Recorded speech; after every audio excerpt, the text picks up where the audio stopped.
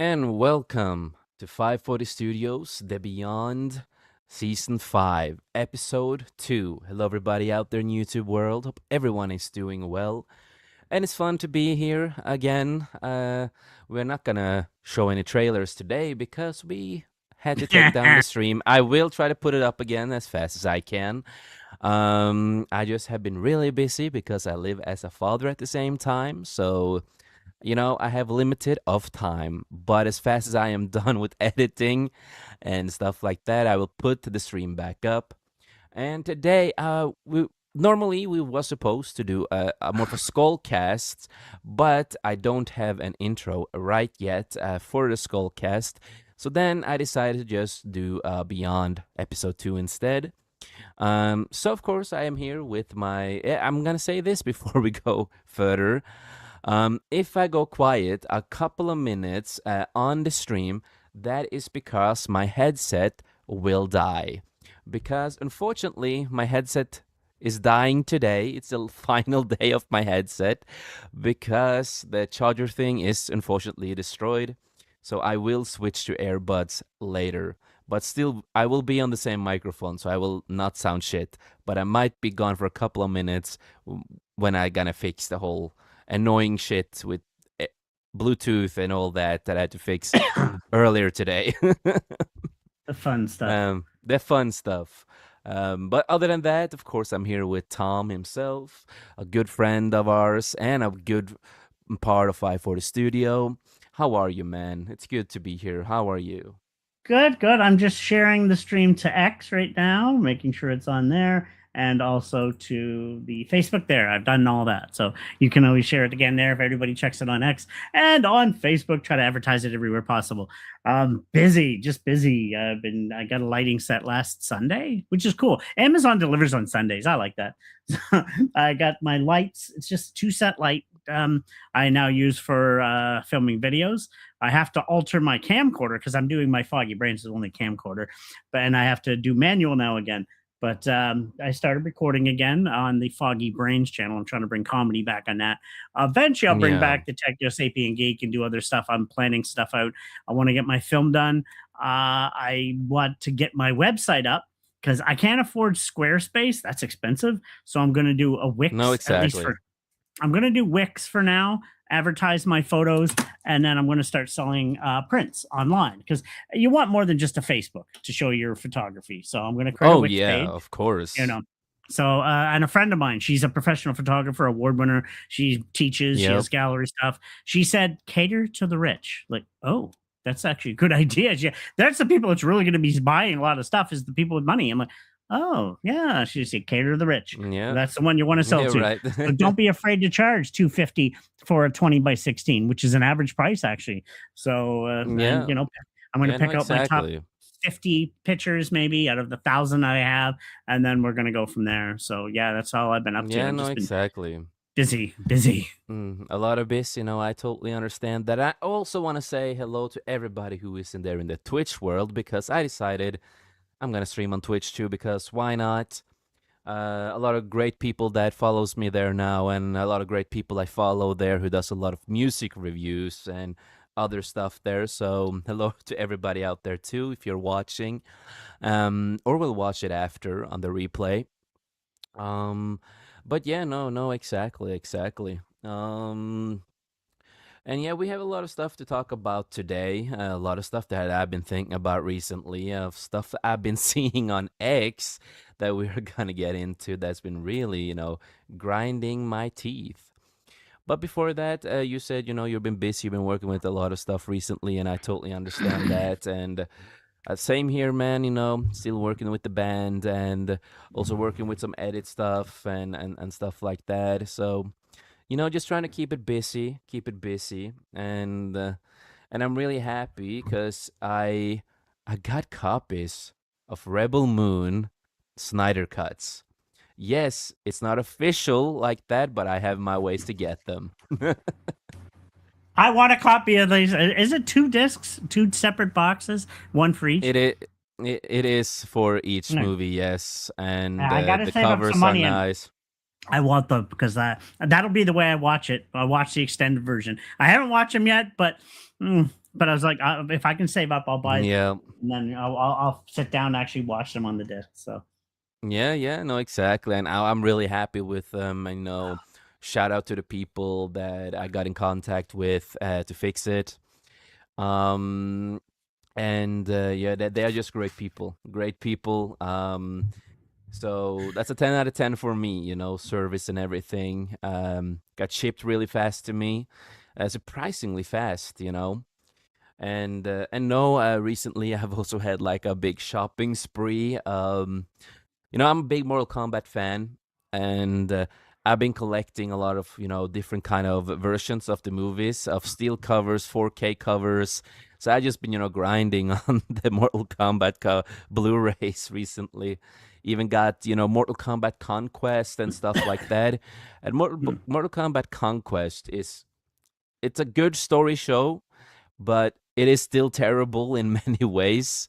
hmm. Because I feel bad for many of the actors because they were not allowed to do their own fighting scenes. So the main character turns white every time he fights. It's a stunt double, and you see the white guy. They did poorly editing of that, but Really? it was at a time where it was just like this in the film industry, that a lot of actors were not allowed to do their own fight stuff, and especially when they also had some actors there that is martial artists, was not allowed to do certain fight scenes at all. It was like it was like three actors, I think, that was allowed to do their own stunts, but everyone else was not allowed. That's weird.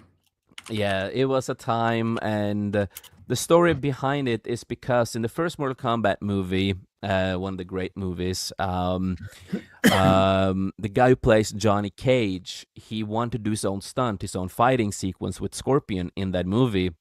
Hmm. So apparently, he got kicked so hard that he started peeing blood. Hmm.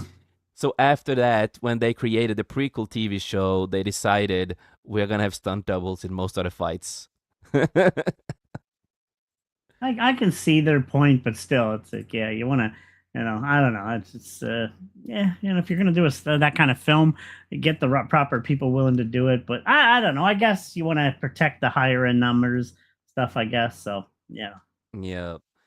Yeah, and no, I just been collecting a lot of that. I'm gonna pre-order i- in a couple of days. I'm gonna pre-order Mortal Kombat 2 in a beautiful steel cover book, and Mm. I'm gonna get some other versions of the Blu-ray too, because I just like to collect. And no, it's all fun. I'm such a Mortal Kombat freak, so. Trust me, there's a lot I still gotta get, but I'm saving and money and But I was able to get a few Steam games actually, and funny enough, I've been watching The Mandalorian because I want to go to the theater. If it's still running by Friday, I'm gonna go. So I started watching the TV series again. Then I'm like, I want to fly a Tie Fighter again. I'm gonna go play Squadrons. Oh crap! I sold it because I had it on PS4, but I sold a lot Oh of my. yeah, I gotcha. So you know what I did? I went to Steam. I said, I'll just put on my Steam wish list. Wait, I have money in Steam, but I still have money in. Oh crap! It's only $5. Yep, I bought it. Boom, right there. So I already started playing it Yeah. again. So, I had to just because when you play certain games on PC, you gotta start as administrator, do this, do that. But I got it working finally after like about an hour, and now it works. So I'm like, I got it for PC. It's like, oh, happy times. It was only $5 because right now Steam has massive sales going on of Yeah, they games. have a lot of So sale. I've seen that. Yeah. yeah, I got Mm. the Doom 1 and 2 off GOG for $3. I was like, Nice. holy crap. Like then there's a couple of $3 games that were like used to be like 40, 50, and but price of games are anyway, we'll go on about that in a bit. But Yeah, yeah, yeah, of but I course. lucked out. $3, a couple games. I see I spent under nine Yeah. bucks for like four games. I was like, holy crap, this is sweet. Yeah, exactly. No, I'm happy for you there, man. I've seen a lot of sales too, a lot of some games that I might buy. But we will see. We will see. I have a limited time on a lot of stuff.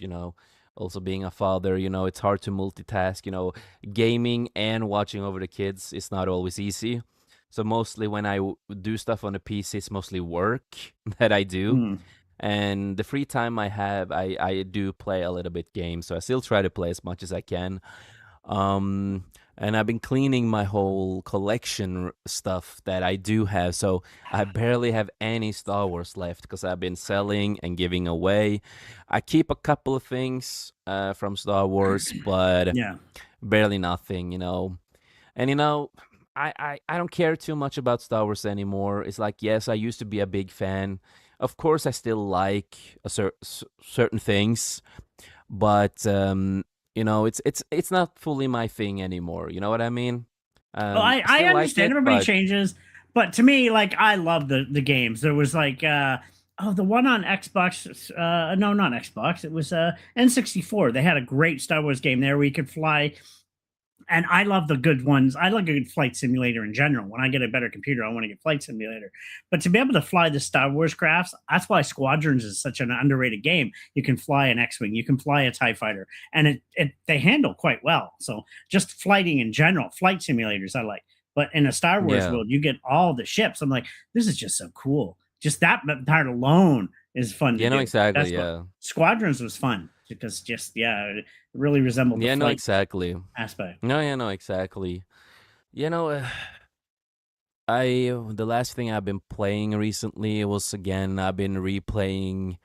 I think I've been replaying Mortal Kombat 1 2 times now, the story, Mm. and been doing some small side thing that they have on the game where you can like win cosmetics and stuff like that, and credits, and because I don't spend real money on games when I know, they have like their own system that you can actually Yeah, get yeah, yeah. the You can credits and grind stuff like that. and build it up. Yeah, Yeah, and I'm a gamer, so I love to grind. Like I same. always say, if you're a gamer and you don't know how to grind or you don't like to grind, well, you're not a hardcore gamer. I'm sorry, just my view, because I'm like, I'm old school. In mostly every game that I buy or play, even if they have, oh, you can spend money to get this and this. I like to grind to get everything that I want. Oh, 100%. Now, certain games have DLCs and what have you. That's why I'll usually wait till they come together, like the Fallout series. Like you got the special editions, all the DLCs are included, so you get there. But then there's Destiny. Now, the Destiny is an online world. RIP Destiny officially done next month, I think. Yeah. Actually. Um, But I will I say, have over 1,000 hours between Destiny 1 and 2.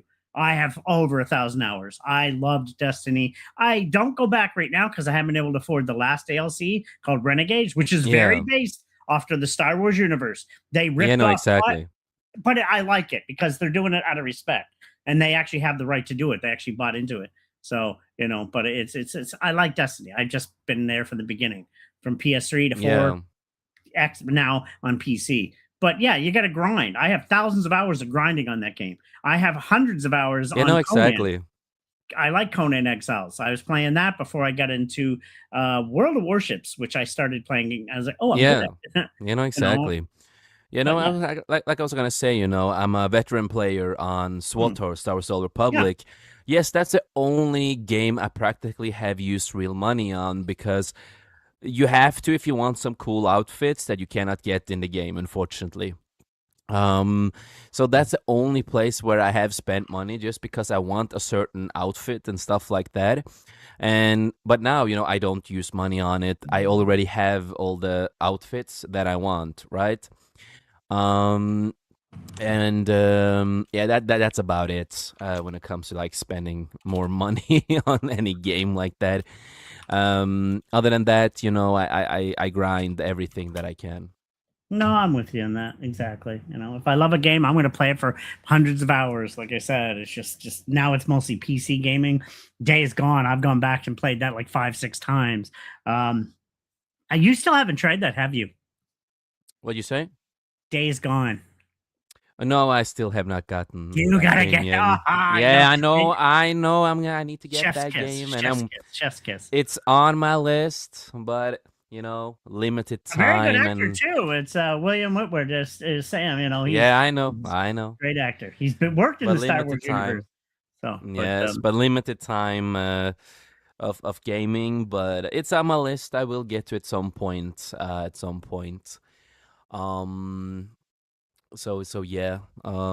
But yeah, Mortal Kombat 1, a game that a lot of people know that I hated in the beginning. Mm, Before I actually played it, I was a little bit on the hate wagon, and because there were so many changes that I didn't like, and then I played the games a couple of times, and it changed my mind when I got to the whole story. yeah. I did not mind the full story, and some of the changes I did enjoy. And again, people have to remember that Mortal Kombat has infinite of different universes. Yeah, there's multiple ones. Yeah, no, exactly. So Yeah. So no, you know, it's a fun game. you know what I got back into since I was on Steam, and I was like, oh, let's re-download an enhanced edition of GTA 5. I was like, because after certain words, which we can discuss later, um, Yes. um, yeah, I decided I want to play GTA 5. GTA 5 is an awesome game, and I've never played the enhanced edition. And I'm like, my laptop, I forgot it's a better laptop. So man, it ever looked Yes. good, and it's a good story. I'm sorry, Trevor, Michael, Franklin. That's just a I, fun I, I, story. I will say I've never cared about the story in GTA 5. I played a little bit of it because I do Oh, own are it. you serious? Oh my But gosh. yeah, Vice City's I don't like the story that much. I'm not a GTA Gaylord gamer, man. oh I am. I've been a fan. Well, the first let's be honest, GTA 1 and 2, the first ones were just over top fun games. There wasn't really much of a story. And I used Yeah. to own those for PlayStation 1. But I Um have played a lot of GTA Online because of friends back in the day. Well, yeah, people That's did all. online, but like 3 has a good story. Vice City is amazing. Ray Liotta actually did the voice, and that had such an 80s feel to it, which remind me of like the Al Pacino films and other things of that area. So that was good. You know, I And then get you you. San Andreas was a very interesting story. But then 4 came out. I've never finished 4, but I want to. And Tony, he was like the Russian guy. And Tony, he's Yes. it's a great story, but I've never finished Yeah. it. I have it on PC, but then along came 5. You're Trevor, Franklin, and Michael. Each are different characters that interact with each other quite well, and it's actually a really cool story. Like Trevor, who's a Canadian actor, he's done other stuff like The Walking Dead and stuff. I forget his real name now. Brilliant Yeah. actor, but Trevor's such a loose, nutty character. You can't help but like him. He's nuts, but it's a Oh yeah, no, really he is nuts. He oh is, yeah, yeah. totally. But I just been back playing that recently too. I just said let's try it, and man, everything's look good still, holds up for an old game. But of course, the new one has coming out in a few months. So. Yeah, the new one is finally coming out for the people who wants it. I know at least, I'm not gonna get the game. And we will talk about, other stuff about the game soon. Because that is crazy, what they're doing with the game. Oh yeah. Oh, trust me, I can go on about it once we do it. Yeah. Oh But yeah, yeah. yeah, some stuff we're gonna start with at least, now we have talked about a couple of things. So what we're gonna talk about is that I've been watching Avatar: The Last Airbender season 2, and I will say I heavily enjoy it. I made an X, tweet about it, whatever you want to. I don't know what they call it in on X anymore. Like I did X. What do you call it, man? I have no clue. X, But I say X, just X. Yeah, it's X, Twitter. yeah, It's same I difference. posted an X on the X. I don't know, dude. But no, I posted something about it because I enjoyed the show so far. I'm halfway in the show. I highly enjoyed season 1. Highly enjoy season 2 so far. Not Mm. all the jokes fits in my opinion. A little bit too more than jokes here and there, but I'm like, yeah, it's okay. I've seen worse with jokes. But other than that, I enjoy the story. I enjoy what they're doing. I'm getting a lot of flack from people here and there for liking the show, but you know how that is. Me and you, we like certain stuff that people don't. Um, but that's what's so great being a geek, isn't it? We like different stuff. I don't get why Um, people make put down on somebody for like you. So you're okay, whatever. I guess you need to get your. I don't know. I mean, I like stuff people hate, but I'm like, I like it because I like it. But somebody judges me on it, I feel sorry for them. It's just okay, whatever. exactly. Yeah. So no. So I've seen some criticism about how certain characters are looking, and you can of course you can criticize how the characters look in the show and all that. Of course you can, but there is a limit when you start going after the actors just because the way they look, you know? Yes, 100%, and 100%. and a lot of these actors I followed their Instagrams and other stuff. They don't really post anything political.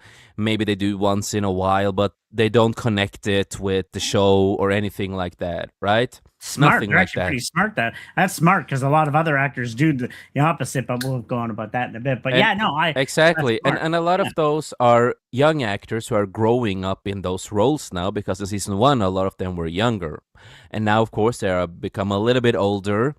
And then I see a lot of people that I'm not going to mention names, but people that I follow, people that I'm involved with, and stuff like that. They're going way too far to starting to attack all this actor and really fat shaming them. Like they literally goes on their Instagrams and talk about how ugly they are. Like they go so far with the personal attack that I'm like, are you good? Are you good, bro? Like, do you need help for something? You know? Are you insecure about yourself? no, No, but they go so far about it, and I think it is disgusting, man. You know, I think it's real disgusting that they go so far. It's like, if you want to criticize the show and the things that happens in the show, how people look in the show, go after the writing, and all that kind of stuff in the show. You know, the writers, the directors, whatever, and if you can criticize the show as much as you want, but there is a limit how you do it. You know, if a lot of these people claim that they are professional gods in pop culture, right? Um, that's how it feels. That I'm not saying they call themselves gods, but a lot of people are, looking at worshiping them like a god, right? And I think that is wrong and stupid. But um, they're really going heavily on the attack, and I feel bad for the actors, man. And some of them are just been kids, been growing up in this role, do their job. They don't do anything like like the person who plays Supergirl, going with the whole political stuff there that we're gonna also get into. But yeah, how do you feel, Tom? How do you feel about all this? That a lot of these people that are in our fellowship, as everybody's calling it, that we are, part of because of the stuff that we talk about and our opinions on certain stuff. So we are, automatically in that region of the fandom, I guess, the club or whatever. But how do you feel that they go so heavily with the personal attacks just because they don't like the show? okay, no, I don't classify myself with those people. Never will.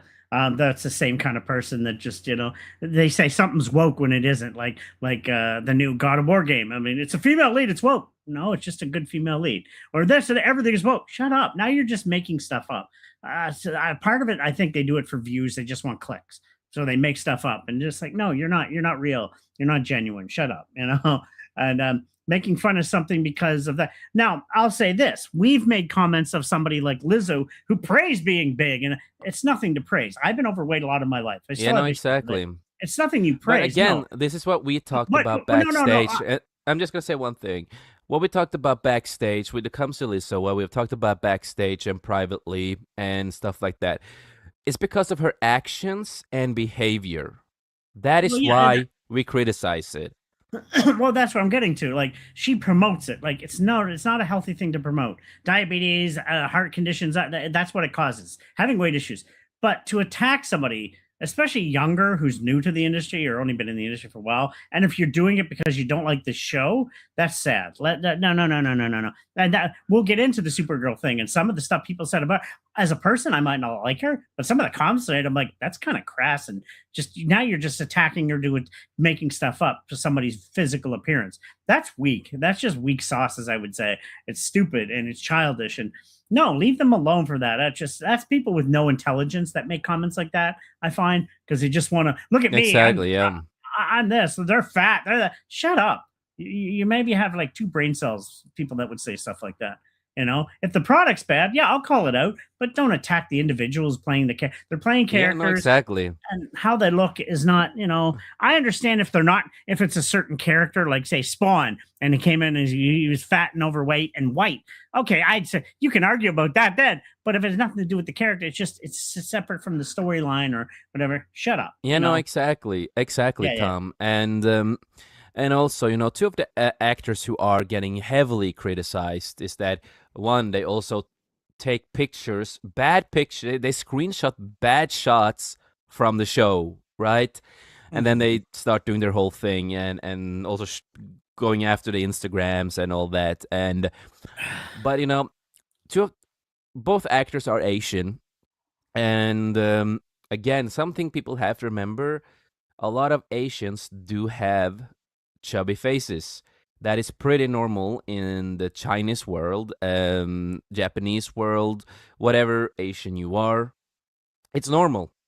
I talked with my wife about it, who is Asian, and she's like, "What the heck? That's normal that a lot of Asians has a little bit of a chubby face, like a baby face. That's normal in those worlds, right?"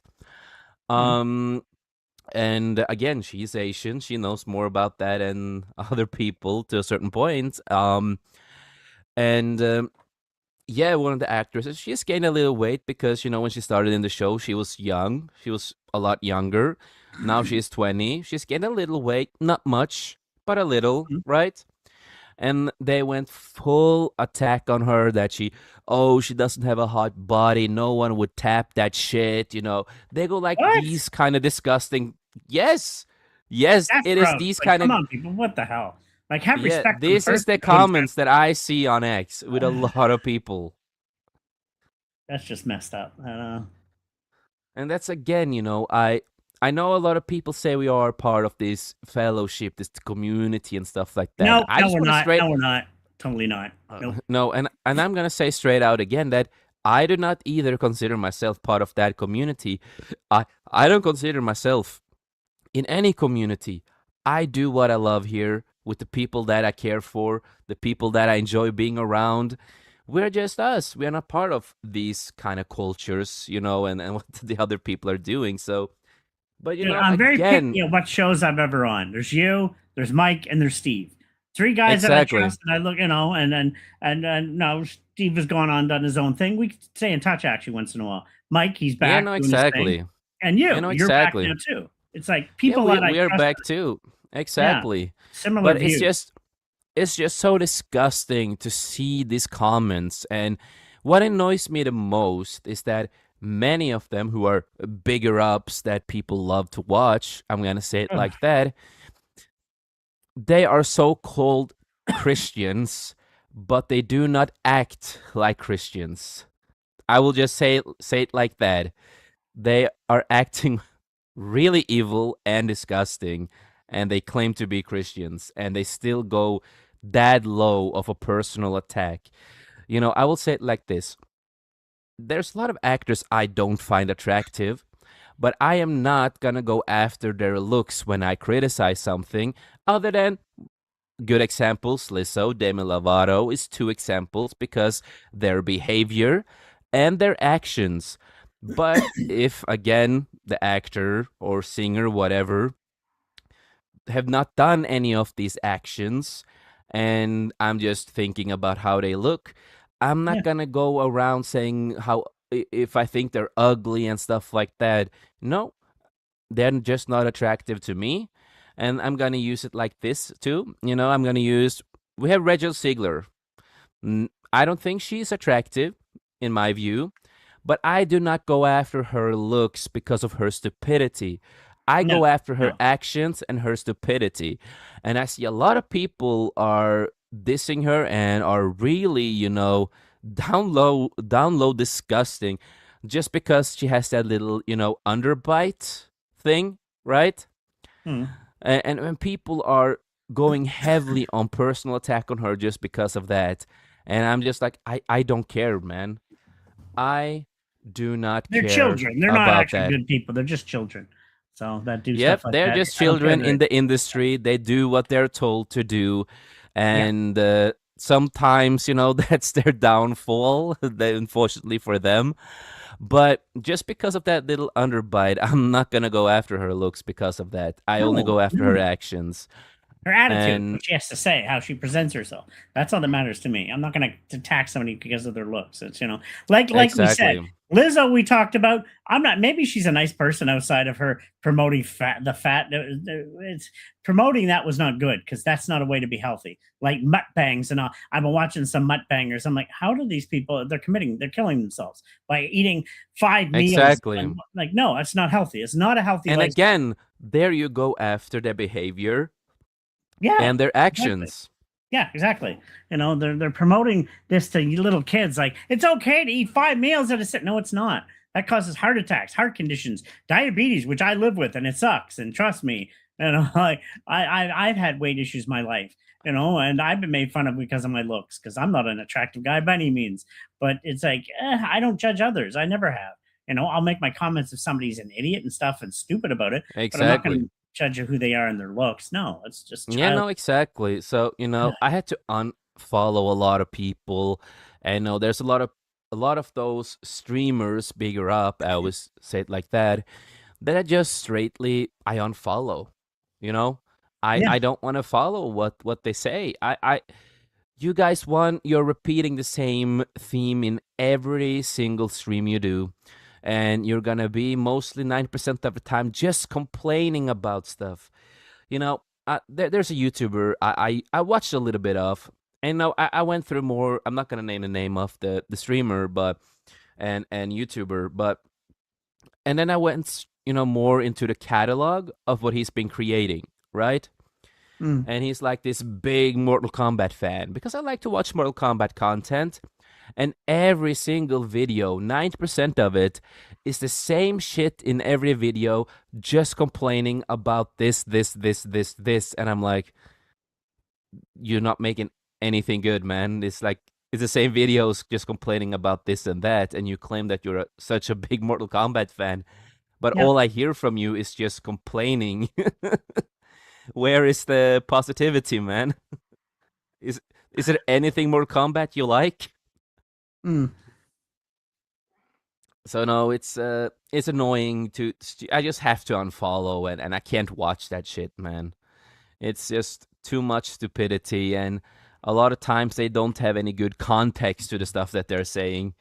They just make up stories and go to personal attacks and shit like that. I don't know. It's child. Like I said, it's child. I don't consider my part of that community at all. I just do say what I say and am what I am. And no, it's just they're idiots, whoever they are. People that would do stuff They're like that. They're child. idiots and Yeah. again, you just stop going after just because you don't think they're hot enough. That has nothing you to do know with what they're doing. It's exactly nothing to do with the product. So, like, no. exactly. And the last final thought on that, I enjoy the show. I enjoy the actors. Is there stuff they could have done better? Of course, it's not perfect, but I still highly enjoy the show as much as I enjoy the animation. Mm. So I'm excited to finish the show, and I'm excited to see what the future is gonna bring to the show. But I know when it comes to our next season, they're gonna complain properly about the actors again because they're not hot enough. But you know what? I do not care. I've gotten a lot of shit on me just because I like the show and actually defending the actors because people like, why are you defending this and that? And that's because you go to such a high level of personal attack. Yeah. I totally I will stand up for you to criticize the show. I totally understand it. We all can criticize. We're geeks. That's what we do. We are passionate lovers of a lot of these IPs. I understand, but I will never go sink that low that I'm gonna attack every little single just No, because no, the way they look. no. That's just childish and stupid. So, But yeah, other than that, we are gonna get into some other stuff too. So I guess we can start with the big thing that's going on now because you mentioned earlier. GTA. We talked a bit. You talked a bit about that, Mhm. and finally, after so long, the game will come out. We hope. Well, I don't know. I'm not getting a day release. No, no. But yeah, it is going to be released in November. So they say, and all the ads are out, and the prices were now officially released. So It is, and a lot of people are not happy. I'm just, I could go on to totally just the video game industry in general is dying. The Steam release was just, I think it was this week too. That was to a very messed up fanfare pricing on that. I was like, wow, just components are astronomical. Consoles have not gone down in price, and I think they've announced the PS6, which is coming out soon. That's already. I don't even own a PS5. I can't afford it. So because it never went down, it's actually going up in price. 6 years in, and it's actually more Yes. expensive than the other, which is Yeah, ridiculous. no, So exactly. you know, Exactly. And before we get into more of it, I do want to say hail to Hunty. Good to see you. Hope you're doing well, and nice to have you in the chat here. It's good to have you. And hello. then we are gonna get into this. So of course, GTA 6 price range revealed. How much will it cost? Way too much. And there's Way more too to it than much. just the cost too. It's the two different Yes. costs and what's available, what's not. It's like, ooh, no, I'll go into that in a bit, but yeah. Yes. So you are more updated, of course, on this than me. I've only seen the stuff that I've seen and heard, because again, I am not a GTA gamer other than the online things that I did back in the day with role play and playing with friends there. Yeah. That's about it. But while gamers wait for GTA 6 to open for pre-order, and I think the pre-order is open now, isn't it? Something like that. What's in the pre-order go? I think so. I'd have to double check on that, but I'm pretty Because sure it is. I Yeah, yeah, think yeah. I think I saw some people pre-order it and said finally. I think I saw some um, quote unquote tweets about that. But they not now have the idea of Yes, how much. sorry. I'm not interrupt. It's June 25th, so yeah, it's already live. So yeah, Okay, so then the official prices are there. Then I guess. yeah. All right. So they now have the idea of how much the game may cost, and can you find out how much the game costs? So Oh well, the standard edition. I already know. I already know. This is U.S. prices. Everybody bases on U.S. prices. Got you the center. Anyway, 80 for the standard, 100 for the ultimate.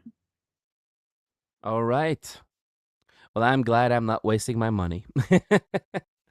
And well, I'll let you read on, but then I'll break it down even more of why it's so Yeah, do that. it's stupid. I hope at least for the people who wants to play online, that's gonna be good. Oh, online's not even available when it first releases. That's not going to be available till maybe Oh, next year. really? Oh yeah, yeah. No, online they're still working on that. So yeah, Oh yeah. my lord. That's what people are mostly excited for, though, because a lot of streamers love doing those. They do. Yeah, no, exactly. Yep. But online speculation has suggested that Elise's entry iconic franchise could extend, $100. And you just mentioned price there. No. In an interview with the game business, Strauss Slenik, CEO of Take Two Interactive, a parent company of Rockstar, indicated a more controversial price range for GTI 6 of $70 to $80. And you mentioned The the standard edition prices. is, well, let's be honest, 80 is still overpriced for video games. Oh, It the is. inflation. No, no, no, no. You don't understand how little it cost to make. Now they spent billions of dollars on this game. I don't know the total amount they put into it, but I'm like, they made multi-billions on the online community. So it's like, they invested from what I get. I forget how exactly how much. I'll have to look it up, but yeah, it's like they could easily charge way less. And oh, there's no physical disc. Most of it's digital, and that's a different thing I'm going to get into in a bit too. But Yeah, most of this doesn't even have a package to carry, so they save on shipping costs for the most part for a lot of it. It's just a code you're getting online for some of it, so it's like you're saving a fortune, but we're still getting the same prices as physical Do I copies, sound which fine? yeah, you're fine. But I it's still just sound the same. I had to change. Sorry that I got a little bit quiet. I had to change to the earbuds because I didn't even my notice. headset So finally died. yeah, yeah, yeah. But it just I don't yeah, no, it makes no sense. So I mean, in my opinion, games should have stayed a lot lower than $70 even. Even like a digital copy should be way cheaper anyway. It should be half price because there's no shipping costs, there's no physical thing they're having to make, and they're saving a fortune. But yet digital, it seems to be the same price as physical, which is stupid. But I get that's just the gaming industry being greedy. But yeah. Yeah, no, exactly. No, exactly. And again, I'm happy I don't waste my money on this game. And I do like sales on 90% of the games. Yeah, yeah, yeah, But yeah. Hunty said, I rather play Saints Row the Third over GTA games. I agree. Actually, I my totally favorite agree. Saints Row is the one where you're the president and you're like, oh, was that four? I think it was Saints Row 4. It's so over the top. You can fly. You can Yes, just, that was yes. fun. It's just so dumb and And you're fun. in the I love it. Matrix, yes. Yes, it's so fun. I And love Hunty it. said, people aren't even gonna get a PS6 since to me, it feels too soon for them to release a new console after PS5 disaster. Yes, that Well, I is a wouldn't. disaster. And no, and the Let me thing say too is something that I'll just quickly. PS5 actually still outsold the Xbox, though. I will give them that. Sony is still better than Xbox. And actually, there's a big thing going on. Microsoft might sell Xbox, but I won't even go into that right now. uh, I will say it like this: Xbox is better any day of the week than PlayStation, but that is my view. No, but they Um, didn't make nearly as much money though. It's like they did beat them in the sales and everything. It's like, and I like both. uh, I'm not a console fanboy. They're yeah, both good consoles, but it's like, yeah. PlayStation is yeah. good for its things too, but I'm an Xbox guy and a PC guy. But yeah, other than that, you can barely get a PlayStation 5, man. It is hard. Well, I don't have one. I It is can't afford it. It's too damn expensive. I have a too PS4 damn and I game on. expensive and Yeah, hard to get. Like in Norway, you can barely get the game. You can find it secondhand though. That you yeah, yeah, can. yeah. Um, but yeah, so of course the CEO here was asked whether Take Two had considered inserting advertisement into pause menus or loading screens. He responded, "For free to play titles, yes. For titles for which you have to pay $70 to $80, no." Okay, Mm. I don't care about that really. Um, while he didn't explicitly confirm the final price, but now the final prices are out because the article's a little bit older with that. But again, cost beyond the base game. That said, GTA 6 will likely be offered in a higher priced editions for players who, of course, want the looks or premium versions, etc., etc. Because this is the one annoying thing with a lot of games these days is that, oh, you have the deluxe edition, you have the ultimate edition, the platinum edition, whatever edition of the damn game. Mm. Mm. Just make a normal version and maybe you pop out one DLC or whatever to get some money, whatever, but you know what I mean, Tom. I'll break that down in a bit when I can, by the way, just quickly on a note, console lifespans are usually between 5 and 8 years. This PlayStation has been out for 6 years, so having a PlayStation 6 actually isn't that far fetched because it's been about 6 years. It'll go on 7 here next year. So actually, it is time to release a new one. It's every 5 to 7, so it is on their span. They said this would last longer, but the fact that nobody can afford anything because of the RAM apocalypse, Yeah, right. that's it's why prices aren't going down. Exactly. It's yeah. So and the new PS6 is slated to be $1,000 or more because it's going to be that more powerful. But yep, nobody's going to afford that. But anyway, Yeah, no, exactly. Exactly. I'm just lucky to have an Xbox Series. They're all the series are also get hard to get certain places, and luckily I got one, and I'm happy with it. But yeah, it's hard to get these days. well, here in Canada, Uh, they're actually not bad. You can get them at Walmart. They actually sell them now. It's just nobody buys anything anymore because they can't afford it. I wanted to get an Xbox Series S because it's digital. It's still a good 1440p game system. And if you pay an extra $20, you can unlock developer mode, which then you can mod it. It's as if they want people modding it. And I can make it an emulating machine. And they are yeah, no, great emulating. exactly.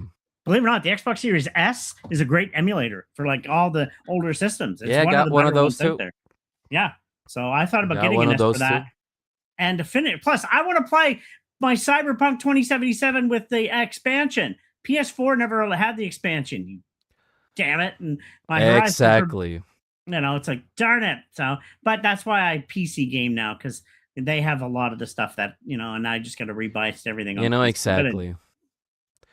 Exactly. But of course, in addition, the hardware demands may require further investment. The game is expected to launch on, of course, PlayStation 5, Xbox Series X and S in November 2026. We will No. see, it would not surprise me if they suddenly say, no, we have to delay it a little bit more. Oh, I don't know if they want to do that this time because now that the backlash they're getting because of everything that went on, which I'm going to talk about in a sec. Ooh, if they do that again, they're going to shoot themselves in the foot. There's already people that have now canceled their. But would you be surprised if it happened? I would because of the. It's really gonna. They shoot themselves in the foot even worse because believe it or not, people are canceling their pre-orders for GTA because of what people found out. And they just made it available like yesterday. Well, people are canceling already because they're like, oh, that's no. So yeah, there's supposedly people canceling already because yeah, they messed up. Rockstar, you messed up this time, which I'm surprised, but Oh, they messed up big time. They have messed up big time with this. And of course, the PC version has not yet been announced for the release date, so I don't know no, if there's any more updates on that. no. But for players who have not yet upgraded their consoles, this could mean a significant additional cost before they are able to experience a long-awaited new installment. Yeah, I've heard a lot about that. And of course, they talk about, the whole long road of the release. We all know about that. It took a long time, a lot of delays, etc., like that.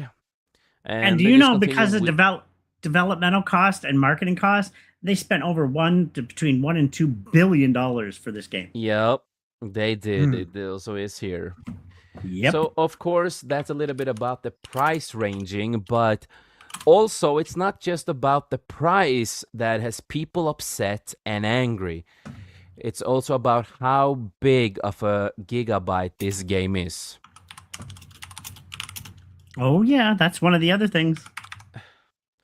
So, Tom, give people, who are watching and will watch this on the replay a little bit update on how much of a GB this game is going to be.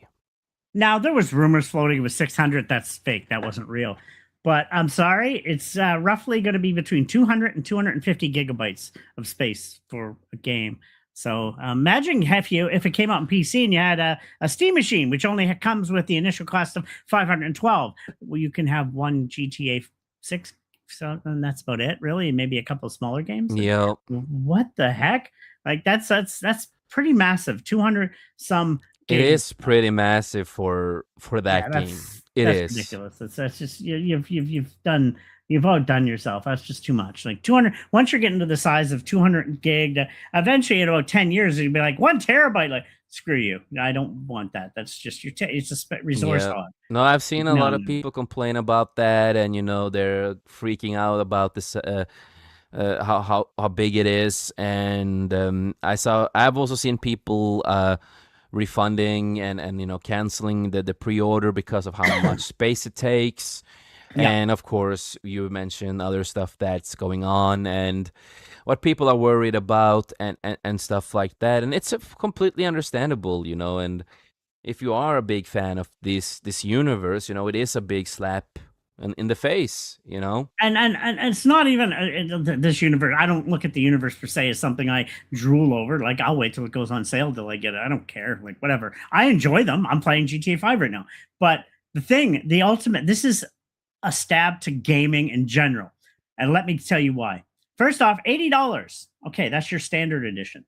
It turns out there's a lot of stuff behind the paywall. You have to get the $100 edition to unlock that. There's certain stores you won't be able to go to. There's certain things you won't be able to, certain cars you can't ride. So basically, you pay extra, you'll unlock the other stuff.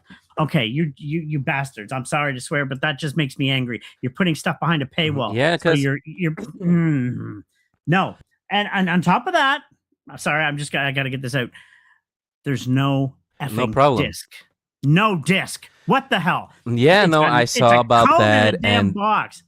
No, that's you've killed. that gaming. is so That's the stupid, death man. of- There's a that's code the in a death of- box. That's the death of gaming right there. I believe in physical media. Now, I understand. There's going to be digital sales, blah, blah, blah. Sure. I mean, most of my Steam library, well, it's all digital. GOG, Yeah. digital. But I still have physical copies. When I get money, when I can't afford a PS5, I will get one again down the road. When when PS6 comes out, I'll get the Horizon Forbidden West. I've never played it. I want to play that. I'll be able to actually use my Cyberpunk onto that and upgrade. And I will play these games. But no, there was a rumor that they are, but then that was debunked. They're not talking about releasing a physical disc. I'm like, you're an idiot then. You've just killed gaming. You're just making it digital. So what if Rockstar ever went down or their websites, people can't play it because you're not going to be able to keep that on your hard drive if you're not playing. It's too big. So no, you're not going to be able to keep all your games exactly. on your libraries. And that's why I buy games on GOG. Believe it or not, GOG has a different format where you own the rights to that game. You'll still be able to access it even if they went down because they're on an alternate. I don't know how it works, but you own the game for life. That's why I moved a lot of my wish list to GOG. Yep. But Steam is still good. They're not the worst. I have nothing bad to say about They're them. not the worst, but they still have certain stuff that I think is annoying. That they have the certain limit thing to the. Oh, you're not allowed to refund in a certain. You have tried the game for 2 hours. No, we're not gonna let you refund it. Exactly. But they're still better than like Epic or other companies like that. They're really bad. Oh, Epic is the only thing that's great with Epic sometimes is the whole free games once in a while. That's the only thing that they have going for them to make people actually use it. Mostly, I got Hogwarts Legacy from them, so it was like, oh yeah, I get to play Hogwarts Legacy finally. Yeah, but that's like that's the biggest thing that makes them hold up and stuff like that. And of course, most people use Epic for Fortnite and stuff like that. So that's another thing that keeps them going. But most people don't buy games really on Epic. It's not something people like that much because of obvious a lot of reasons. But Steam is okay. Still have my issues with it here and there, but at least it's better. But I do miss the physical media. I collect a lot of DVDs and Blu-rays. And that's physical. I don't want everything of that digital. The only times I get the digital is like, well, I'm gonna watch it on the Xbox with my wife, or I'm gonna watch something with the kids or some friends, or if I'm gonna watch something on Discord with friends. Of course, I go just do digital, but normally when I sit, here in the living room, I don't use digital. When I have the movie in my hands, I'm gonna pop the movie in. Yeah, no, exactly. Actually, believe it or not, Sony. This is how bad it is. Sony is releasing, if you bought something on their digital movies, Terminator 2, Total Recall, Apocalypse Now, Hot Fuzz, Rambo, and a bunch of other games. They're officially, as of September 1st, they're taking them off their thing due to licensing issues. So if you bought it, oh well, you're out of luck. You're going to rebuy it again elsewhere. because it's digital and you don't own it. And so yeah, that Sony just announced that they're removing a bunch from their PlayStation Store due to licensing. So if you own Yeah. Terminator or any of those, great film, some good films too. Rambo: First Blood, I love that one. Yeah, Yeah, no, yeah, dear. exactly. Deer Hunter, you don't own it. You don't. So officially after September Yeah, 1st, no, doesn't. when it comes to stuff that, when it comes to like viewing movies and stuff like that on digital on Xbox and PlayStation and stuff like that, then you are in a deep shit. Yes, I when Xbox used to have their movie store, I bought a couple of movies here and there once in a while, just so I could watch it, when I was in my room or something, when I want to relax. Um, I still have access to those movies, but I have to go to other place on the Xbox, like a Microsoft thing. But that's it. So I still have them, but you cannot buy anything anymore, though. Well, But I'll at give an least, example, not just about but I movies, would just say at quickly. least they let you keep it though. But I don't know how PlayStation is doing that. Sony, I don't Oh know no, how no, they you do it can't. though. Once it's gone, it's off the plate. It's not on your hard drive. You're screwed. You can't get it anymore. Okay, So so I it's will gone. say this that Xbox is a little bit better there because if you have bought it, you will still keep it in your Xbox. They will not remove it. It will be on a But Microsoft now for both at least. systems, I'm not even going to defend either or for this one. Like a Oh game, no, no, I'm not defending. I just there talk was a about it's a game little I bit owned. better at. No, no, no. I'm just going to say, I used to play Scott Pilgrim. It's a side-scrolling game, fun game. I love the Scott Pilgrim game. It's like a 2D side scroller. I own it for PS3. I love that game. The game was taken down due to licensing. There was a battle between Sony and blah blah, and they lost the rights to it. It got Yeah, taken off the no, yeah, I store. remember, yeah. I was out $20. So now they did about 2 years ago. They re-released it again finally, and I rebought it digitally. For now, you can get the physical copy. I just never had the money to buy it. I plan on buying it someday for the PS4 because Yeah. I love that game, and I now digitally own it elsewhere, and it's saved. And I'm never going to erase that hard drive. It's like, yep, it stays there.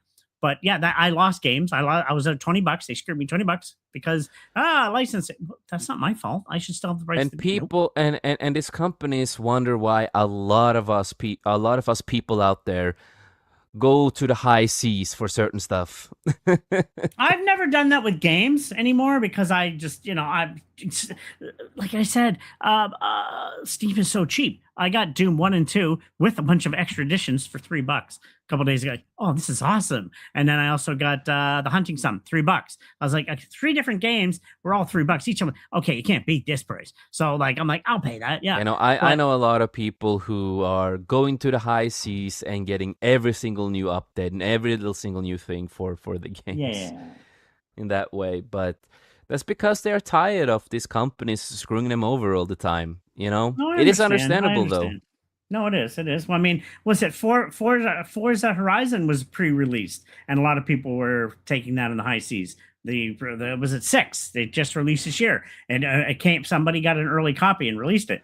It's like, okay. I mean, I didn't grab it, but I'm like, I can see why people, But I mean, I understand why Sibi. In the same vein, I understand protecting game developers, but then again, a company like GTA, I'm sorry, but Rockstar, you're worth billions of dollars.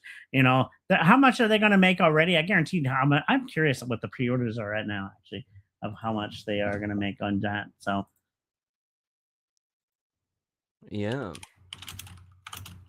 Um. Um. Before we get to that, Hunty asked, "Why is Tama a woman?" No, because it is Pride Month, right? what? What? I don't get it. That's Grimes. Because your That's prof. Grimes. Yes, I it's love Grimes. right. I just changed my stuff. Eh, I lost a bunch of pictures because I yes, transferred over from Google Chrome to Brave. I use Brave to now. Brave, Uh, yeah. yeah. So And Hunty also say, I still have a PS4. Yes, we have a PS4 here too. The kids are using it. Got a PS4 for them so they can game and watch, now I'm going to leave YouTube and you for a Netflix couple minutes. sometimes. I do have to use the facilities if I may. I shall return. I'll let you go to the next article. Yeah, you may. Thank you. And Sad Vibes said, I would still do the high seas to be yep. I don't care about the price. It's still 2 billion. Exactly, exactly. And we are gonna get into more news that is going on when Tom is back.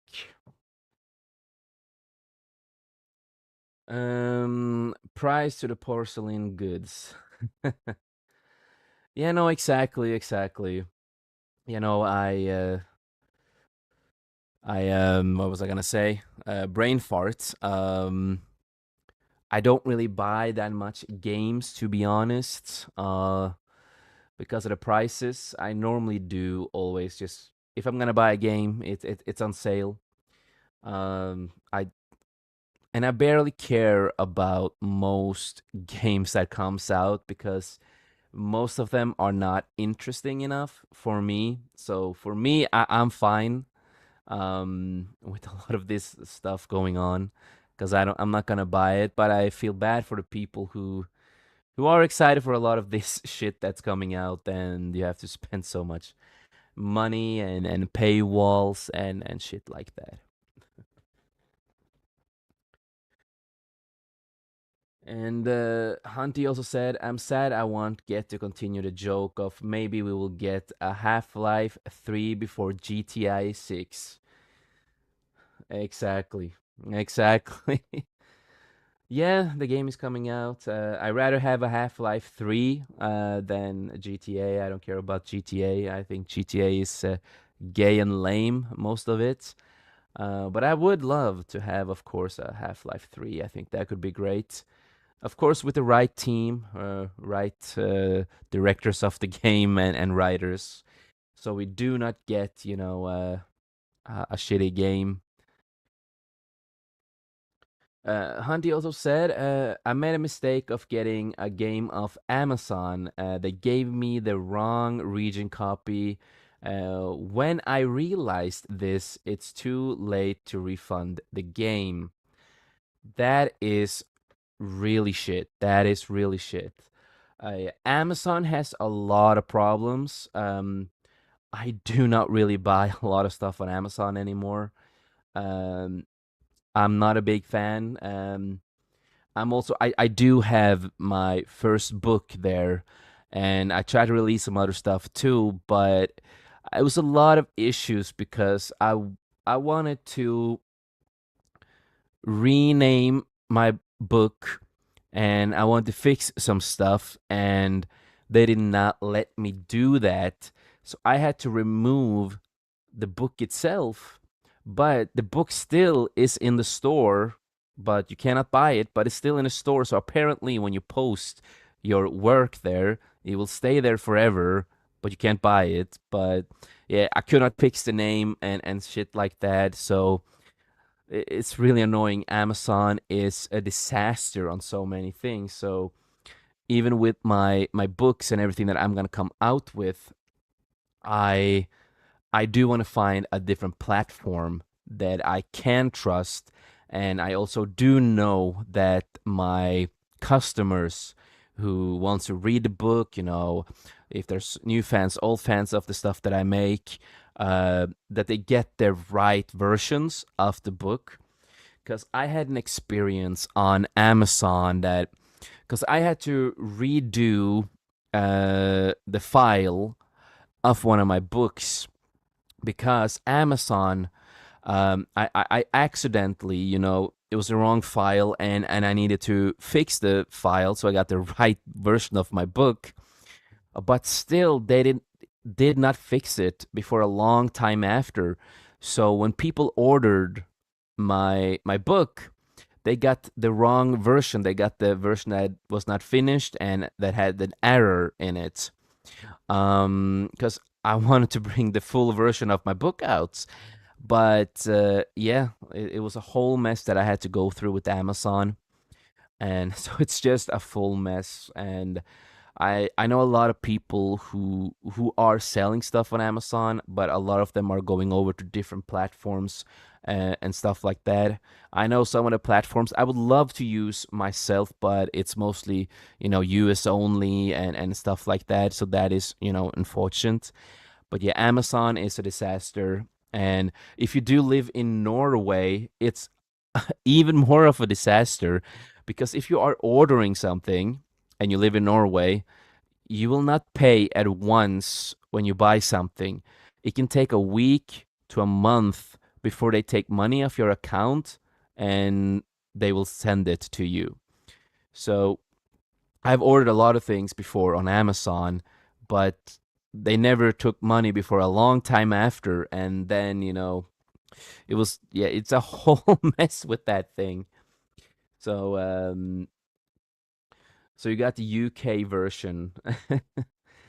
That really sucks. That really sucks. And it really sucks that you cannot refund it. Amazon is a shitty place, man. It really is. To be honest, it might have been a mistake on my end of not reading, but honestly, I can't remember. Yeah, but still though, it does suck that you couldn't refund or get it fixed. Most places you See, can get it fixed, for but me, yeah, I that's use unfortunate. Amazon to buy my equipment. Like I just got a light set recently for my photography and YouTube. I got my tripod, which is great for photography and also YouTube as well. So, and I got a computer I want to get. I got a bunch of stuff I'm going to be getting here in the next week, I'm hoping. So, I mean, the things I get for my career, Amazon's helpful because there's no shops locally. And we used to have photo shops, but it's everything has to be bought online nowadays, which drives me nuts. There's no shops anymore, and it's like, so I got to rely on Amazon, unless you want to pay a fortune from specialty shops, which I can't afford. So, Yeah, no, by the way, exactly. just going back But quickly, as of now, because it just released yesterday, they're saying it sold 39 million copies pre-order, so it already earned $3 billion. So it's already surpassed how yeah, much they cost. So yeah, and yeah, they're gonna make hundreds of billions, which is ridiculous. yeah, no, no, exactly. And yeah, back to the Amazon thing. I'm happy you have better experience with that, but it's a lot of issues with Amazon also. So Yeah, I mean, to me, it's like it's all I got. So it's like, yeah, But my dad has Prime, so it makes it a little easier. I just give him the money, and he helps me with that. He'll order it and saves me on shipping. So, and then I get my parts I need for my career as of now. yeah, no, exactly, exactly. But like I said, it's even worse when you live in Norway because they do not take the money before maybe a week after, or maybe 2 weeks to a month. So that's kind of sucks. We say you have little money on the account, then you don't get your stuff at all Yeah, because oh yeah. shit, we're gonna take money now, but oh shit, you don't have enough on your account. So yeah, Amazon, I have so much issues with it. Especially when I've ordered like books and they give me like the wrong cover and all that kind of stuff. I'm like, this is not what I ordered, right? So Exactly. yeah. Um, yeah, rock stars are gonna be laughing their way to the bank, yeah. But yeah, other than that, we are gonna get into, of course, another article. And the movie everybody was excited for and gonna praise and love the Supergirl movie. Okay, I don't know anybody that actually was thinking that, but okay. No, no, I know. It was a joke, man. No, I know. Come on, dude. But of course, Millie, I always can never take her last name seriously. But Millie Alcock addresses Supergirl's queer icon status Oh, because it's Pride Month for people. I have a lot of queer friends, she said in an interview. I'm like, so that's good for you. I used to be in the community. What? Well, I have friends still in the community. Why did we have to make that a point? Like, what? Anyway. This is the same thing again. If you remember, a while back, we talked about, Superman being a queer icon, and then we had, these horror characters being queer icons. And Mm. again, it's every year when it's quote unquote Pride Month. They're always gonna have like a queer icon thing, and now, of course, it's gonna be her. Um, so Millie Alcock addresses Supergirl's long-running status as a queer icon during the film's promotional stop in Brazil. Um, so again, Supergirl's long-running status as a queer icon. I've been a comic book fan for so many years of my life, like many others of us on the show. Like, You- a lot of our good friends, Mike and everyone who even works with comics and manga and everything. I cannot really remember anything about Supergirl having a long status as a queer icon. Can you, Tom? No, I mean, there's queer characters, always has been in comics, but they don't make it a generalization either. It's like, yeah, we don't make it a focus, because just like we don't make straight being straight a focus, it just is. Sure, people get married and whatever, Exactly. but you don't make it the storyline. It's not. We don't have to talk about it. It's like, just stop throwing it in people's faces. Stop. It just I'm annoyed by it. And yeah, I know about the Angry Joe and the freak out that's going on. And Hunty also said, Jason, a bunch of them are trying to make Sue the T Rex skeleton as a non binary icon. What? What? Okay. I guess they want, Okay. yeah, sure, they do. Yeah, I don't know what to say about I don't that, even know what man. that is. That's like watching that video. Just let me bring this point up before you continue. I watched a video of a bigger girl. She says she was a dog. She's sitting there with a tail, wearing it in her ears, and she's in front of a store, and she's acting, because I'm a dog. A dog came up and started attacking her, and she's, I'm a human. I'm a human. I'm like, wow, that changed fast. Like, That yeah, changed fast, yeah. yeah, mental health. She needs to be in a padded room. But anyway, yeah, continue, good sir. Yeah, yeah, thank you. But of course, telling an interviewer she's honored that the fans connect with Kara Sorel that way. Yeah, good for you. Even though I kind of know they tried to, with the Supergirl show back in the day with CW, they tried to make that uber gay for a long time.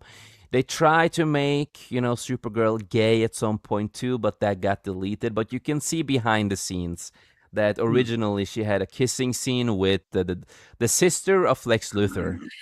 What, this one you mean? This version? No, no, no, the CW show. Oh, So they okay. Yeah, tried I to like make that, Melissa. yeah. Yeah, yeah, yeah. But they tried to make her queer also in the show.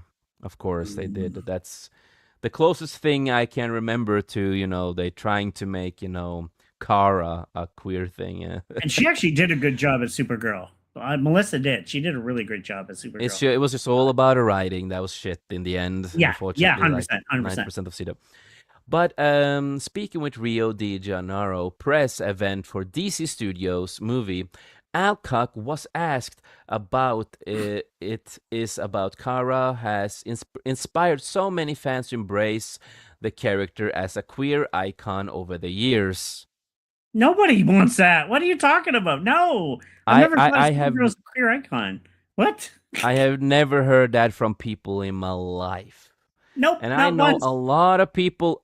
Know a lot of people who are big fans of Supergirl, and I know people who have been gay who Yeah, liked Supergirl. They never looked at Supergirl this way. no, no. She That's was a straight me now. character. Oh gosh. So again, talking about tanking the movie, even though it just started, it Oh, tanked before even the movie started completely all over the world. And also, yeah. Alcock was asked, yep, yep, yep, yep. Her answers leaned into characters' refusal to be boxed in.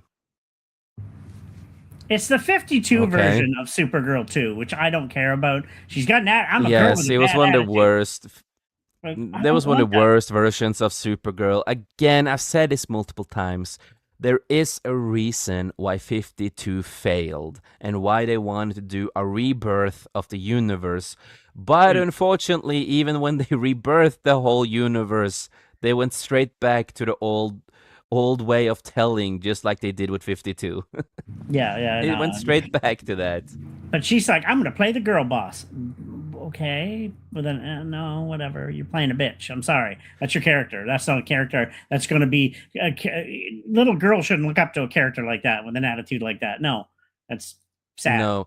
And No. one of the reasons she got the job is because James Gunn saw her drunk as F on an award show for it was for the House of Dragon thing she did, and she was super drunk. And the first thing he thinks she's the right person to play this role, That's pretty hurting. just because she was drunk. And even in these interviews, there are videos too where she says everything that the article is mentioning. And yeah, she is drunk as AF, man. Like, she is drunk or high on something, to say it at least. Now, where are these movies handlers? Like, and I feel sorry for her. Maybe she has serious issues. I hope she can seek help. I mean, I've been down that road, blah, blah, blah, and maybe she's drunk all the time. Maybe she does have mental issues, and I'd hate to see somebody like that. I don't know who she is as a person. I mean, I don't agree with her opinions on things, but maybe she's a good person. I don't know. But, the fact that she was drunk, all it seems like drunk in that a lot, maybe she has some issues she has to look into, and she needs mental help. Who knows? So. And then, of course, what did Miley Alcock said? What she said: I played a few characters that might have potential queer through the line. I have many queer friends. Okay, good for you that you have. And that's a really good way to say, yeah, I have a. Yeah, that's a good way to say it. That's I like wonder people how say, your I got friends black feel. friends. What? Okay, yeah. Yeah, Good. yeah, I got, yeah, good for you that you have black friends. So do I. I have friends of all colors and creeds. So what? What does that? What's that difference? Yeah, Does no, that make? exactly. Oh god. Yeah. It's the same. It's the same of saying, I'm not racist. I have black friends. Exactly. um, I'm not racist. I have, Asian family. So honestly, I'm kind of honored, she said. She continued, I'm honored that's happening. But I think because she doesn't live inside the binary of what we think a woman Oh. should be, of Oh. course. Oh gosh. Anyway, Of sorry. course. I hate when the Yeah. people. Yes, I hate those terms too, man. All the word salad they use. Yep. That is what makes it so special and it's so exciting and new. And so new. It's not new. It's been done before. There's gay Yeah. characters, amazing films of them. But it's no, not new. No. And a lot of again, we have a lot of great female characters out there that they, again, Oh wait, always forget. yeah. Well, it's like was it Jennifer Lawrence? I'm the first female. No, you're not. No, you're not. No, no. We can go back many, many years You before can, you there, my dear. yes. Whatever. I Long mean, before you were born. yes, yes, exactly. So asked further about the ID, the actress agreed it acted with her own read on the character. And Josie said, and yeah, I kind of thought that as well. I was like, she do what she want to do in that regard anyway. Okay. In another interview responding to a similar question, because everybody is so crazy about the queer questions and female stuff. Yeah. So she responded really similar. Alcock adds what makes the Supergirl so beautiful. Okay, what the movie makes so beautiful. That it's not centered around men. Okay. What to have to do with You know, anything? it's not centered around a man. So then it's good because the There's man is not many. the focus. Yeah, there's many films that aren't centered around men. Let's see. Ripley from Alien. She never had love interest. Yeah, that's been done Underworld. before. Yeah, well, no, technically we can't say because she had Michael. Remember, she did fall in Yeah, love with yeah, but still an him. awesome female character. But yeah, but like I said, Ripley. I don't think she ever had a. It's just no. It's been done many times before. Like Yeah, no, exactly. It's not a been done first. many times before. It's not Yeah, something new. no. And I hate to break it to her, but if all 90% of the people I know have seen this movie, have talked about this movie, they all cared about Jason Momoa. Oh yeah, I want to see him as Lobo. Heck yeah, because I like Jason. I'm a big fan, and I So I think I, I want to say he would do this. a I great think job. the movie is really centered around a man because everybody cared about Jason Momoa and not her. Exactly. But I'm yeah, sorry to break it to her, but that's how it is. I'm sorry, but nobody cared about you in the movie. They cared about no, him. they want the They did Lobo not even film. care about they did not even care about the dog. They just wanted to see Jason Momoa. And most females who went to see the movie, what's the reason they watched it? Jason Momoa. Yep. It's not centered around love at all. Okay, good Good for for that. you. I don't care about that, but sure. There's a lot of movies that is not centered about around love at all. You know, Yep.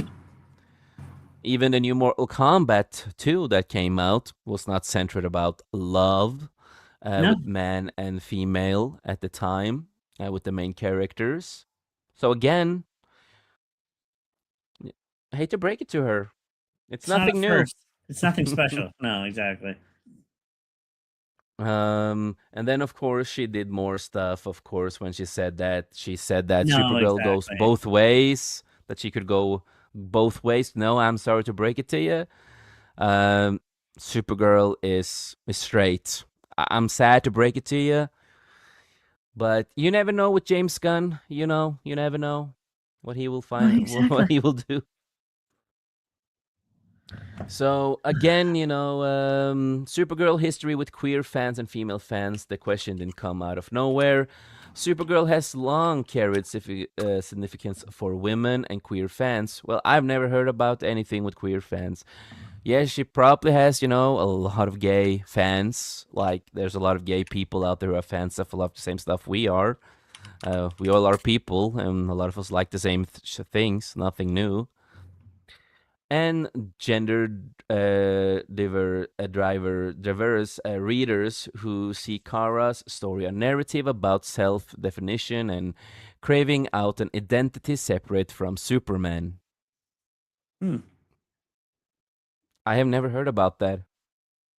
I don't know. It's just I, she originally wasn't. Kara originally to sent to protect him to look after him, but she got lost and she showed up later on. Isn't that the original story of it? yeah, if I don't remember wrong, that it was something in that that kind of Yeah, thing. and It's been she many aged years, differently, man. of course, even though she's younger than him, because she aged differently with the pod, but she's actually older than him by thing. She was sent to keep an eye on him and stuff, and but she got lost, and then she finally shows up, and then introduction of her character, and she's a cool character. I like that. I don't mind her character at all, but Yeah, not just this version though. no. So of course, this version adapted from Tom King and Bill Gui's Evely Supergirl's Woman of Tomorrow leans hard into Kara as a messy, independent character who does things her own way. And again, that storyline did not go well. It was not one of the top tier comic books for a lot of people. I am sorry. Yeah, he's just picking on that. He has to have the extreme wokeism on all the DC universe. Gunn is just going hard on that, it seems. So Yep. And of course, I just talk about a little bit of the press tour, but yeah. and again, nothing new, nothing interesting that she really said other than word salads and being a dumbass. And again, she's in the industry. Of course, she's gonna say whatever they want her to say, and of course, at the same time, being drunk AF on this interviews. But now, that's not now, all. go ahead. No, but that is not all she's been doing. Simping to the gays out there. Yeah, Because it's she just also, unfortunately, for dumbass that she is that she also mocked Christians. And she forgets that a lot of people who are into the comic book world are a lot of Christians. It really is. Not a bright person. But I say this too. Where are the people that work on this film? They got to wrangle these people in and say, "Shut up." Seriously, once you do that, you've just killed the film. It's like, Yeah, but shut up. remember who's in charge of the DC universe. A Yeah, guy who hates Christians, yeah, hate yeah. people that thinks differently, and it's all centered around himself. Hmm. And he likes to, trash everybody who is, we say, oh, you voted for Trump? Okay, you're an evil guy, you're this. James Gunn is like that. He hates everybody who is Well, not like didn't in him, you Peacemaker know? they totally made fun of Jesus in Peacemaker and Barrett? Yes, they made Yeah, fun of Jesus in Peacemaker, and they made every white person a Nazi. yeah. I haven't watched And, it. I like season one. I did. I enjoyed it. Season two, I'm never going to touch it with a 10-foot pole. Nope, nope. and of course, they had to also additionally also make him bisexual, make Peacemaker bisexual, and all of that, even though it's not part of his character. Nope. So yeah, it's nothing new that James Gunn and the people around him are attacking Christians and people who are more conservative in their thoughts. Or people that just have, different views. And then I'm talking about you, Tom, because you are not, a conservative person like that and stuff like that. But still, you are a trash to him. Yeah, no, no. Well, no, I'm remember I'm coming back. I came back to the faith, so I am Catholic. I am Christian, so I'm back to the faith now. So remember, so I found Yes. it again recently and stuff. And I was born that way, catechism, baptized, the whole 9 yards. I've been there, done that. I actually have a fair knowledge of the Bible. I was raised on catechism, which is Sunday school on Thursdays. But anyway, even had my Yep. knuckles. I had my knuckles beaten by a nun because I was doing bad. So.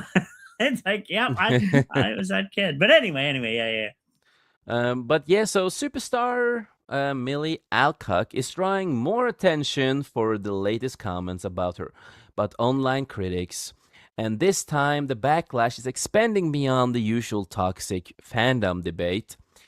In the same Variety profile where Alcock attacks fans, the actress singles out some critics as anonymous burner accounts or profiled with names like Data4 Christian, which she calls hilarious.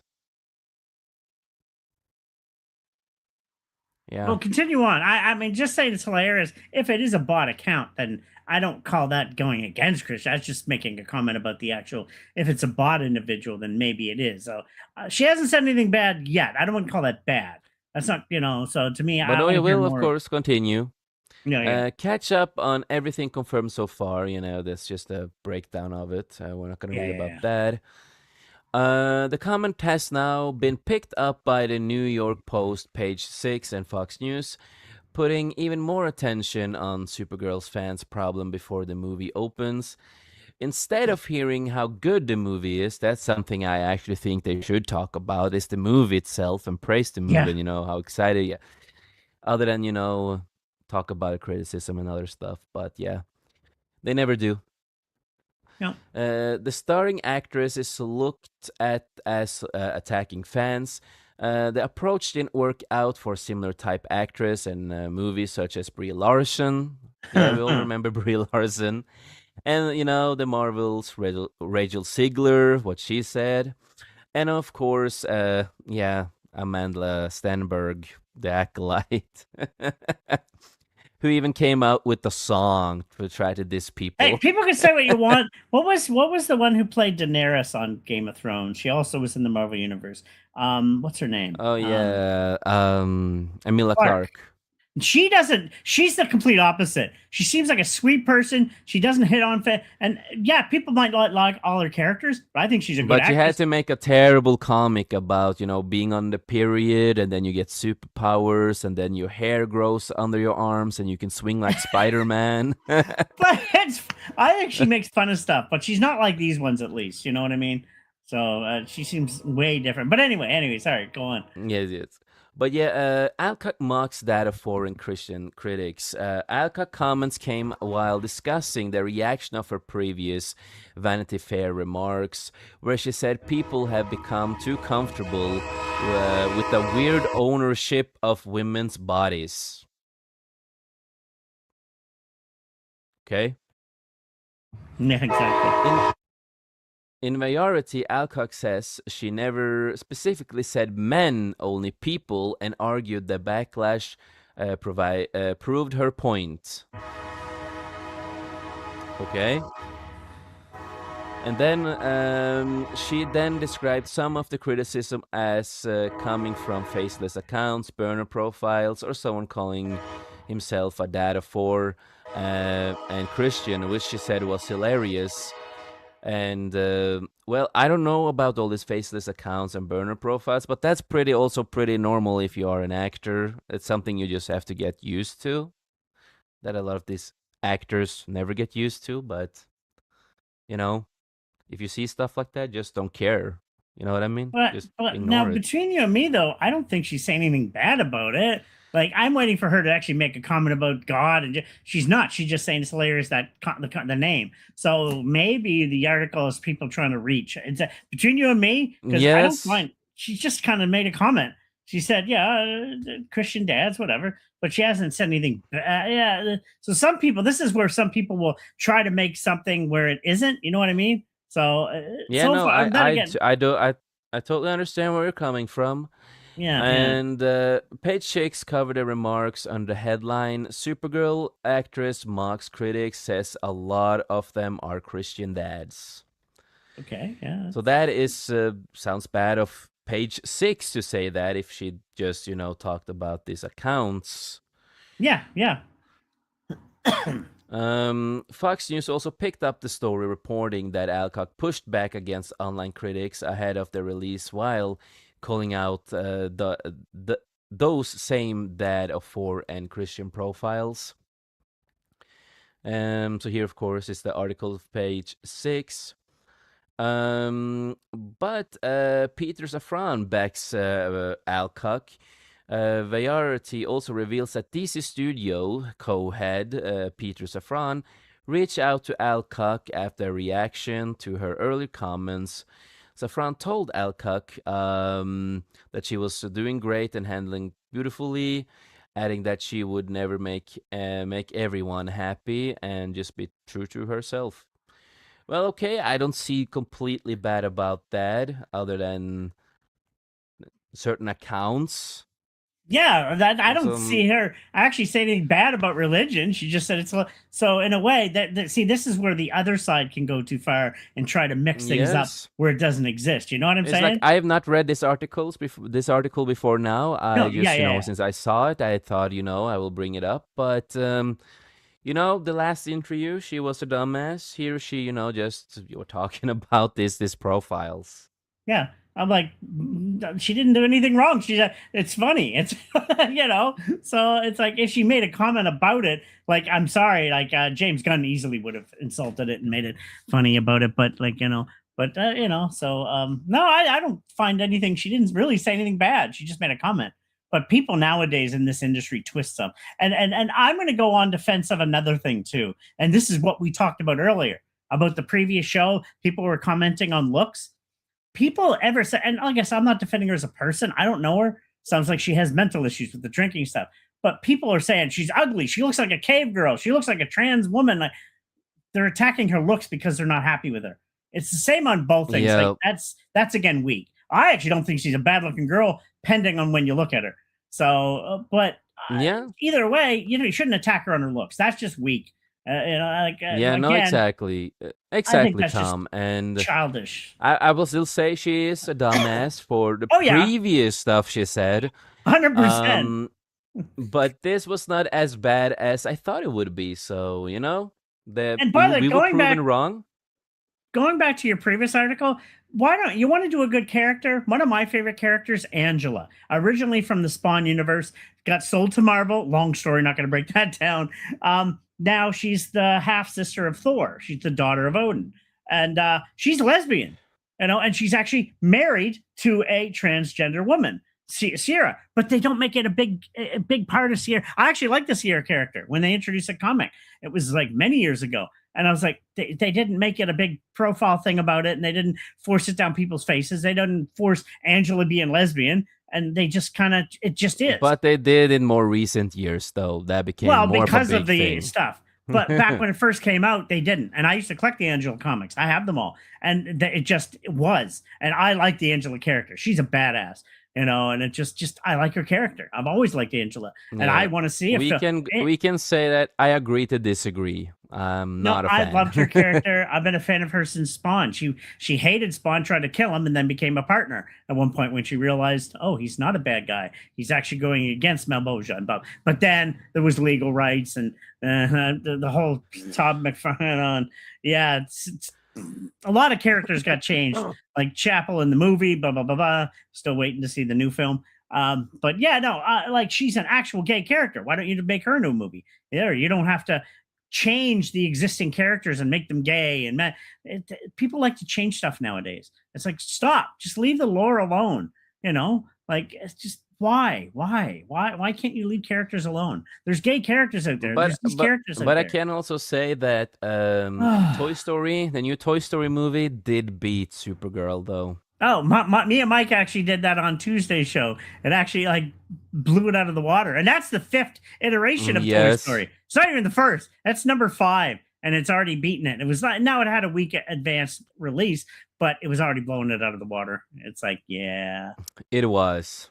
So again, when it comes to the Supergirl movie, everybody just wants Jason Momoa in that movie. That's about it. And it can't even beat a 5th edition of a film. That wasn't Toy Story 1. That's Toy Story 5 that people are like, whatever. I don't. And then that beat it. So what does that tell you? Wow. Yep, and I already know the whole story from the movie. I'm not seen it, but I've gotten the whole story of reviews, and I read the whole thing of the movie, and it's mostly everything I thought it would be. And yeah, they doubled down, of course, on the stupid thing with the Superman's parents. And yeah, it is confirmed what was said in that movie, that he was not supposed to come there and be great. He Yeah, was that was supposed to, dumb. Oh, I hated that. Let's rewrite Superman. He was supposed to take over humanity. No, that's not. He was. Oh gosh. Exactly, exactly.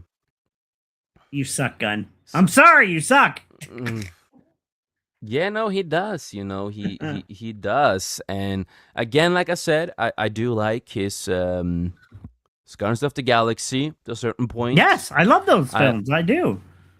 But again, he had a little bit of a no to certain things he couldn't do. But when he has full control over stuff, you know He's how it good. is. Yep. It turns out he's not as good as people thought. So. But we do have this too: is that Supergirl's failure blames fans, a woman staying home. That's the name of the article. There's a viral video on our TikTok with over 200K views after Millie Alcock first attacked the fans. I said I would be blamed for the Supergirl failure. Cut to the Supergirl release weekend, and with the movie officially flopping to the surprise of nobody, and the fans are now being blamed. Okay. Idiot. I just went over this couple weeks ago. This writer, weeks ago, in another viral article. Hollywood keeps blaming fans for Star Wars, Marvel, DC failures. The piece covered how for the past 10 years or so Hollywood keeps blaming the fans for its flops instead of looking in the mirror. Yeah. Well, here are we with Supergirl, and it's more of the same. Well, Supergirl flops, as everybody expected, mostly, and the fames get blamed. In a Deadline report about box office flop, the site spins it back to the fans. on the fans.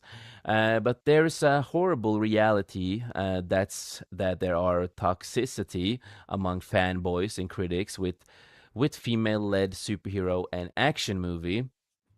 I've seen a lot of female-led superhero slash action movies through my years, and a lot of those a lot of fans loved. Um, so again, they're reaching on a lot of that stuff again. There it is, clear as day, and it doesn't stop there, and that is true.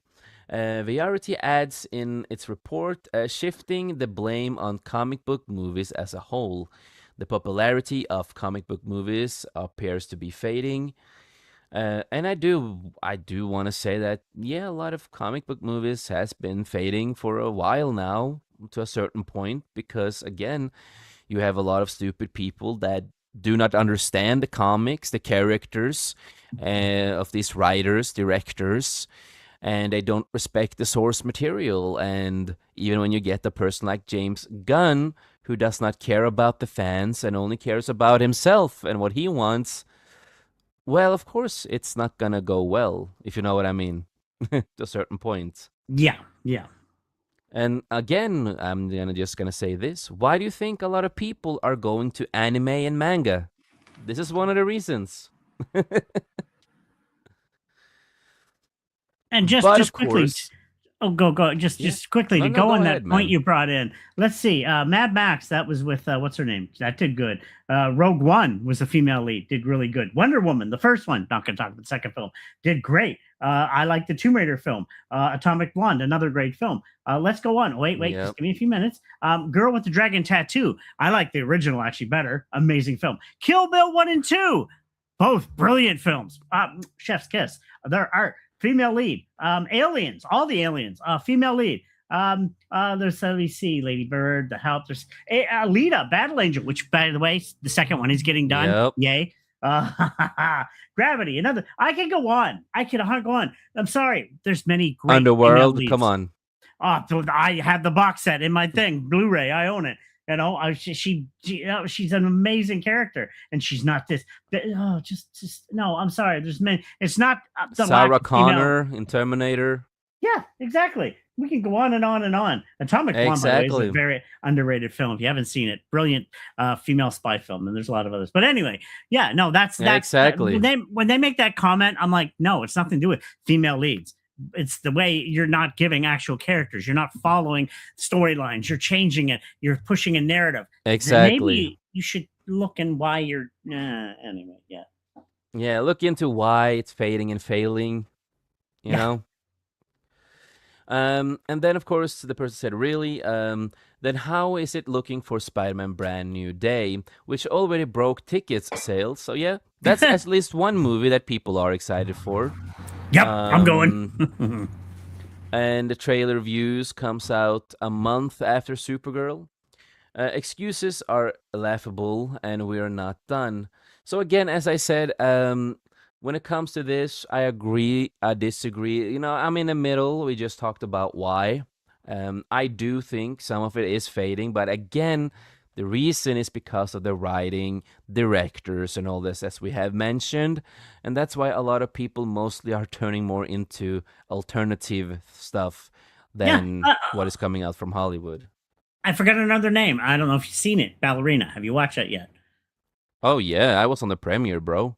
That was awesome. I loved it. And I was like, yeah. And John's in it for a little bit, John Wick. But I'm like, okay, that's a cool character you're spinning off. And there's supposed to be another one of another character. But I was like, wow, she's cool. I like it. I want more of her move. You know, so yeah, another female lead. Yep, nope, that was good. So I'm again proving that was a newer film. So no, it's not that female thing. They like to catch on to that, not realizing no, some of us follow media and are fans of a lot of films with amazing female leads, but oh, stupid. Just stop going on that and realize actually write good stories, what we want. Because the fact is, Exactly. great female leads, well written stories, it exists. It's nothing to do with retired female leads or against that. No, that's bullshit. So they continue with women didn't show up for Supergirl, men at nearly 60%. With a failure of Supergirl, a female-led movie built around a questionable feminist plot, it turns out Ah, women just didn't show up. most women don't and the want that. most They're like, it's dumb. and most women that showed up, Jason Momoa. Yeah. Um, Deadline goes over the graphics with men over 25 leading at the audience at the 41%. Women over 25 followed at 26%. Men under 25 came in at 18%.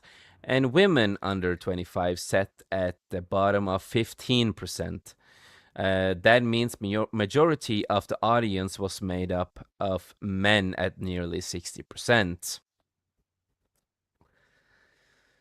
So yeah, but again, I'm curious. and How do you get these numbers though? Like, I mean, I'm at the theater. Are they studying a male and some of the numbers? I'm curious. How do you know who's buying all the tickets? I mean, I'm just standing in line. I buy a ticket. What are they taking a picture of me? You know what I mean? Like, I'm curious about the yeah, numbers too. Like, that's just some of that seems made up. I'm being honest. It's like, yeah, I know what you mean. yeah, yeah, yeah. Uh, It's like, but again, the Gen Z audience that came out of Backrooms and Obsession, nowhere to be found. That's two movies that have done really well. I have watched Obsession because I do follow. I've been following the creator of the movie and what he's been doing with his friend on TikTok, Facebook, and all these sketches he does. And he's always done some crazy funny stuff for many years, and mm, then suddenly they come out with a movie together and creating this Obsession movie. And not the horrible movie. I don't think it's the best movie, but for the first movie they did, and I've been following them for years, I think it was pretty good. It was pretty good for a first thing they did. And I'm excited to see what more he can do to the future and stuff like that. The back rooms I have not seen yet. I know about all the small YouTube shorts and all that kind of stuff that I've seen and stuff like that. mm. Never been really highly into it, but I've heard a lot about it from my kids actually, because they've been watching YouTube, so they know a lot about the back rooms, and I have a lot of friends who knows about it too. So I heard a little bit about that, and the movie did pretty well. A lot of people loved it apparently, so I am gonna check out the back rooms at some point. But that's a horror-ish movie and stuff like Mm. that. So I'm gonna absolutely check it out. Obsession, I highly recommend it, at least because for a first-time movie of those creators, it's impressive. Did so well. Yeah. But so a movie supposedly made for women and teen girls didn't get its target audience to show up. Sounds familiar. It is the Marvels all over again. The Marvels was also a female-led movie that didn't cater to its core fan base, men, and then become divisive while attacking the same fan base. Also exactly follows Hollywood's playbook from the past 10 years, all of which we know failed. And the hardcore audience that did show up only gave it a BC cinema score, lower than the Marvels and even the Flash. Okay, everything's better than the Flash, but we're not going to go there. That was trash. That was so bad. And the Marvels, you know what? I didn't even hate them. I don't know. What was the girl, Miss Marvel? I actually think she's a cool actress, and she's not into this judging people because of that. I like her. She's not into. She hasn't been drugged down to that level yet. Thank goodness. I Oh hope she yeah, doesn't. she even criticized the writers a little bit because she Yeah. apparently she knew more about the comics than they did. I mean, I don't blame her on any of this and stuff, and more power to her. But she got stuck with Yeah, it's the all other about her one and writing. stuff. But I do Exactly. want to say hail to Tabletop Junkie, good friend of the channel, good friend of ours, who's also part of the director's cut that we will come back with. It's good to see you, buddy. I hope you're doing well, man. How is everyone today? Doing pretty well, doing pretty well. My voice is a little bit tired, but that's just how it is. Been a long time since I've been doing, a show. It's the second time after we came back. Mm. um, and he said, "I am, yes." But it's good to see you, man. Good to see you. Um, but I do want to say, that it gets a B C cinema score, and I don't care about the Marvels, but when I hear that it's lower than the Flash, that is Ha! crazy. Then you Now, really well, have to shoot yourself in the leg if your score is lower than the Flash. and I watched The Flash, didn't hate it, but I'll give everything a chance. I just who I am, and I will. Why will I see Supergirl? Maybe someday I will give it a chance, but I mean, I'll take my own opinion on it. But it's like whatever. It's just and I just I don't know. It just I don't even know what to say. It's just if it's worse And than The yeah, no, Flash, just exactly. Then it's bad if it is. It really yeah. is. But again, James Gunn said that The Flash is the best superhero comic book movie that was made. And James Gunn also said that the Michael Keaton Batman was the worst Batman. And then he also added Michael Keaton in his, they had that in The Flash, and you know, No, I know, it I makes know. no sense. Yeah, yeah, yeah. It's And then just he gets stupid. the guy who made the Flash to make the Batman movie at some point. So yeah. But Tabletop Junkie said, "So you were on, checked in and see what is happening. I was thinking about you today. Aw, that is sweet of you, Tabletop. Thank you so much for thinking about me." But no, yeah, James Gunn makes no sense that he thinks that The Flash is the best comic book movie, and he did not like the Tim Burton Michael Keaton Batman. But then again, Michael Keaton is in The Flash. Well, look, he's good friends with the guy from The Flash, and we know he's kind of creepy. So He is. And yeah. he loves to So use the queer card when he gets arrested. yep. And he does not want to lose his flash ring because that was his best thing ever he had on him. It was like his favorite thing that he had on him. And he wants to come back to the spotlight. He's been, in a little bit in the public trying to come back to the spotlight, but, nobody wants him. But here we go. You mentioned Wonder Woman. So Wonder Woman shows what Supergirl got wrong. Deadline also brings up Wonder Woman, where women did show up, and the site says women wanted that movie just as much as they wanted Barbie. Yeah. Okay. With the Barbie, okay, that's okay. But when you actually look at it, Wonder Woman proves the point. It's a much different movie than Supergirls, the Marvels, Madame Web, and of course, Birds of Prey. David mentioned Wonder And Woman 1984. That is yeah, so bad. and Yeah, even yeah. Wonder Woman 1984, all which bombed. What's the difference? Wonder Woman didn't trash its existing fan base. It wasn't Exactly. divisive. It wasn't built around scolding the audience, and it features a beautiful looking lead in a movie that understands the appeal of the character.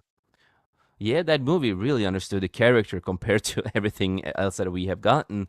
Even though, yeah, Wonder Woman is not my favorite movie, but it's a pretty decent movie I overall. loved it. I And personally loved it, and and yeah, she is beautiful, and she's also kind of dangerous. She used to serve in the army, so she's a woman that can actually handle yes, herself. And like, and this girl and could go. also one of the reasons the movie was a lot better than 1984, was because Zack Snyder was a lot involved in the Yeah. first Wonder Woman movie, because it was part of his universe and his plan. So he was heavily involved in that movie. So he had a lot to say, but with the sequel, he was not there. So of No. course it became different. And just on Um, a note, you can say Batman versus Superman. Wonder Woman was in it. She did great in there. Justice League. She did great in there. exactly, When Zack Snyder was involved, exactly, he made her look amazing. So when he wasn't, exactly. yeah, yeah, Because again, you have a guy who created his universe of DC character, a guy who's actually a fan. Yes, do I agree with every Yes. opinion he has? No, but he understands and respects the characters, even though I know a lot of people disagree and say he didn't. But again, the stuff that he based the movies on are actually comic book stories and even games that he's been talking about that for a long time. He knows what he's doing. He had this whole plan, Mm. and he respects the characters and the storyline that he wanted. And he respected Wonder Woman and this movie, even though it's not my favorite, but it's decent. They did respect the character. It was a great female-led movie with a badass female. Because again, it's all about just respect the source material and you see what's gonna happen, right? Yeah. It's simple. It just speaks for itself, but they don't seem to get that. But Exactly. yeah. So of course, the person continues. I'm not saying that others didn't have beautiful leads. Actually, it's just the opposite. But those movies went out their own way to make those leads look less appealing on the screen. Why is that? Wonder Woman and Barbie proved the point. What? I'm just gonna disagree with Barbie. Actually, I'm going to defend it. And me and Mike, Barbie actually was a fun film. And I do not support the message that Barbie was a good film. I thought it was a disgusting, I'm going to use this word one time, retarded piece of shit that I never want to see again. Thank you. I'm going to defend something. Sorry, I'm gonna. The end. What's her name? She used to play on. Oh gosh, she was on Cheers. The actress, I forget her name. She's married to Danny DeVito. She's a good actress. She even said at the end, the was it the patriarchy? It's fake, and that totally just like she just made a fight with the patriarchy. So she totally went against it, and it went against everything. And like, yeah, it actually went in the face of that. So if you look at the end, they kind of like, yeah, the patriarchy's made up. It's not real. All this stuff is not real, and this stuff. It's all. So they kind of made. And watching John Cena as a thing, that was funny as hell. So Oh, it had its moments. I didn't hate it because I'm like, it actually went against the message in the end. They're like, yeah, most of the pop Hollywood talks about stuff is fake. I'm okay. like, ha! That Tom, was Tom, what? Nope, you know I nope, love you, nope, buddy. You no. know I love you, buddy. So again, as we geeks say, I agree to disagree. There you go. I'm not gonna rage like most people and trash the shit out of you and all that. I love you, And buddy. Margot Robbie's beautiful as well. I like Margot. I think she still did an amazing with um, we still want the release version of the whatchamacallit. Iyer cut. Yes, I want that. It still exists. Release it. Damn it. But anyway, Yeah. you know. That's the Yeah. only movie I thought she was great as Harley Quinn is in the in the first Suicide Squad movie, and I want to see the full version of the Suicide Squad of I think a lot of Ire. us The do. real. Yeah. And Gal does a great Uh, job too. She's yeah. yeah, and I want to. And Table said, Yeah. disrespect the source material and watch it fail and flop. Exactly. Exactly. And Yeah. then he's Barbie was a good film. What the hell?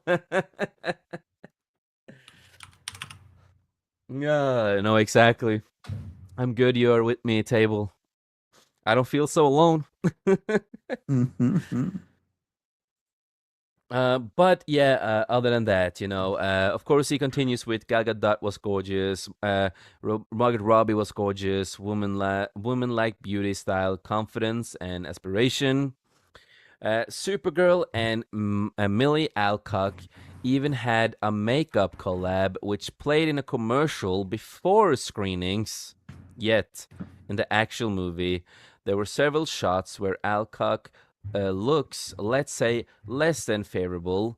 That was not an accident. Those shots were chosen by the director, of course, approved by James Gunn.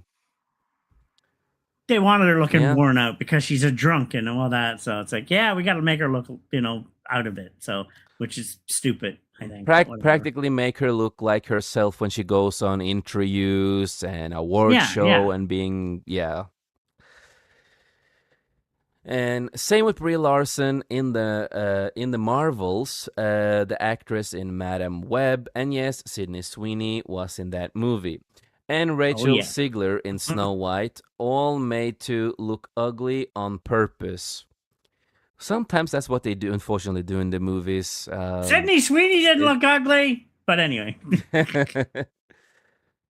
um, But Gunn and Safran should have known better. A lot of women also don't respond well to catty, drama-driven celebrity PR. No. Brie Larson, Rachel Ziegler.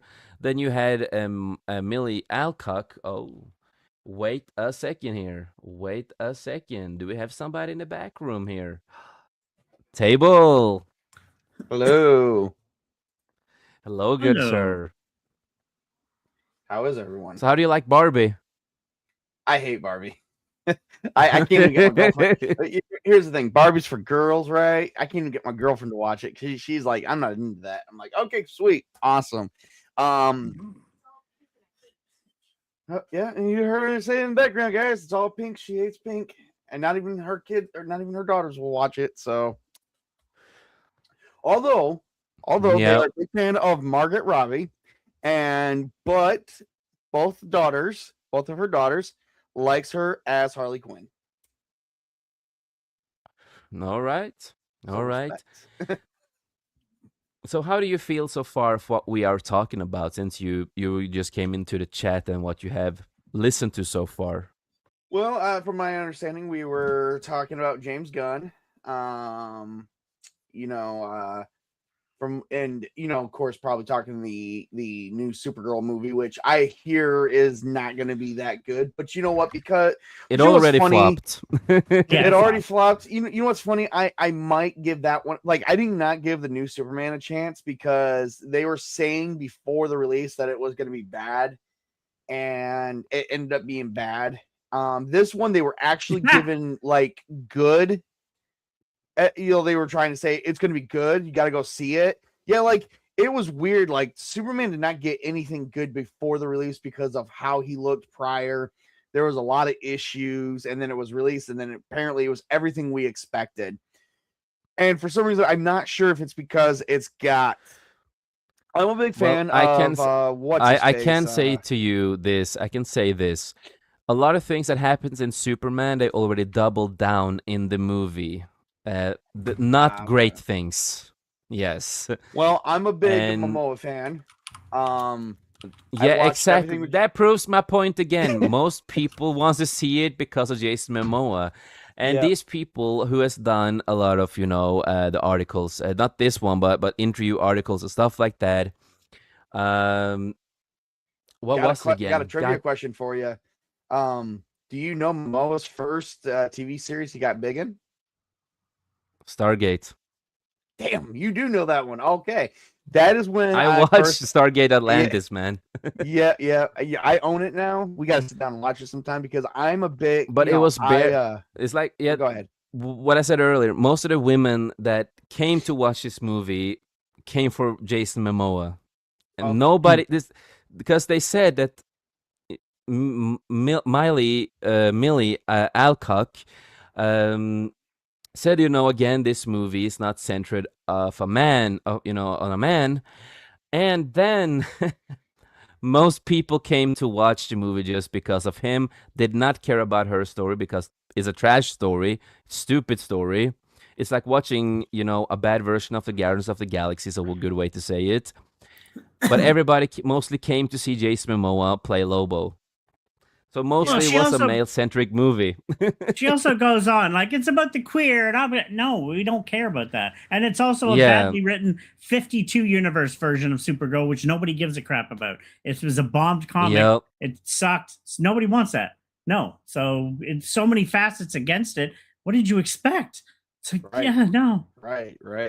I mean, yep. Let's face it. We've actually, no one may remember this, depending on if you were ever big. but we wanted to see, like, Lobo became big in several DC movies back in the early 2010s. And we were like, who would be a good Lobo? And we're thinking Jason Momoa as he's a young guy. Now, we never got Jason Momoa after Stargate Atlantis, but we did get him now. And it's like better late than never, because you know what? Maybe he could do the part because of how Lobo actually is. And I cannot honestly say I think he probably played the part pretty well. I might actually see Supergirl because of him. Yes, granted, but I might actually give the movie a chance, because I'm going to say this right now. I have not given one movie a single chance since Dungeons and Dragons, Honor Among Thieves. Ever since then, I have been completely out of touch with movies. Between that and then the new Evil Dead that came out back then. So it's been about 3 years. I have said this movie's going to be shit. This movie's going to be excuse my language. This movie's going to be crap. This movie's going to be crap. This movie's going to be crap. So, and that's the way I've been. And, you know, when it comes to superhero movies, I'm very picky on, because I'm over the superhero movies. No, exactly. No, I can see your point, where you're coming from.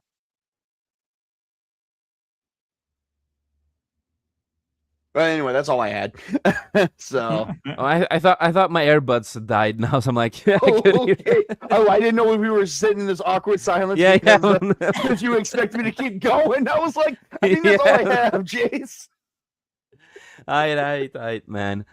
But no, you know, good luck. You know, at least I hope you get enjoyment of Jason Momoa in the movie, as much as he is in the movie, of course. I'm not even giving He-Man. I'm not even giving He-Man a chance. Oh, I liked He-Man. That was a good movie. Okay, surprisingly you ever so. restored his faith, I will give He-Man a chance now. Just because you've seen it. You're the only one I know that has seen it. I think Spark Chris might have seen it, but he told me it wasn't good. So I'm on the fence. See, I'm a movie person. I highly just like Jace. So I love movies. I go to movies. It's an escapism for me, and then I make movies. So it's like I watch films. There's good ones. There's bad ones. Like Godzilla was brilliant. One of the greatest films in many years. The last one they did there. And I'll watch this. I'll sail the seas to watch it. I'm not going to the theater to watch this, but I will when it comes out on streaming and whatever. Like, yeah, but it doesn't deserve anything from me. But I'll give it a chance just to see if it's, because I want to see Lobo and I want to see, that's it. But I'm into movies too, but unfortunately, I've had my perspective burned on movies for a long time, but I will not name any particular company, Disney. Fault in that because after Endgame, everything seems to have been a complete colossal piece of crap. Spider-Man technically was Disney / Sony. That was brilliant. That one with the which Spider-Man? I don't have a problem with Spider-Man. I'm talking like Winter Soldier and Falcon. My son does like I showed my son Winter Soldier Falcon recently, and my son is looking at me and said, "Why, Dad? Out of all the movies we could have watched together, why did we pick that one?" I said, "Well, it's new. You haven't. It wasn't even a movie; it was a TV series." And he's like, "I'm like, well, son, I mean, you haven't seen this before, and I thought I wanted to show you what Disney did to help fill in the gaps of, Steve Rogers, Captain America being gone." And he's like, "Well, this is stupid. Don't show this to me again." And he walked away. And I'm like, "Well, okay." So he hates that. The great and thing, even I did not like it. Oh no, yeah, I agree with you. The best thing they've done since The Punisher. If anybody has a chance, the last Punisher film they did, it was on time. It was a couple months ago they released it. That was good. I agree to disagree again, but that was violent as all heck. I love the violence. I love violence. I love violence, but I did not enjoy it. I did. I totally loved it. It was so good. Just But again, this is what I'm saying. We all have different opinions, and that is what is so great. Exactly. But no, mentioning the He-Man, I absolutely thought it was a decent movie. I'm not a He-Man fan or Master of the Universe fan in general. I don't know much about the lore. I'm not so involved in that universe. So I gave it, a strong 6 out of 10. And for me, that's pretty decent for a universe that I am not familiar with. But my wife, she is a big fan of the He-Man universe. And of course, we were really skeptic of all the stuff that we heard about it and people complaining and complaining and all that. And then, me and my wife, we went on a date on a Sunday, and then we just decided, we let's just go to the local cinema and we see what goes on the cinema. And then we saw Master of the Universe, and then we just like, screw it, we're just gonna go watch it. Screw the critics, we're just gonna go watch it. And she loved it. She gave it a 9 out of 10. She absolutely loved it. And the movie was not woke, in my opinion. It was more of a joke of how the world is, and they're not that much on Earth. They do go up, they do go away from Earth, and that's where the fun begins. The real fun begins in the movie. And no, I that's a movie I will watch again, and recommend it to people. I don't think it was bad. Okay, I will. Well, see, I am a He-Man fan. Always have been since I was a little kid. So if you give it a chance, I'm gonna give it a chance. But I'm also gonna give it a chance because, I mean, like I said, I don't have I've seen parts of it. I don't hate it for what I have seen, but I will definitely give it a chance. Who knows? Maybe I end up liking it, showing it to my family, and they will like it.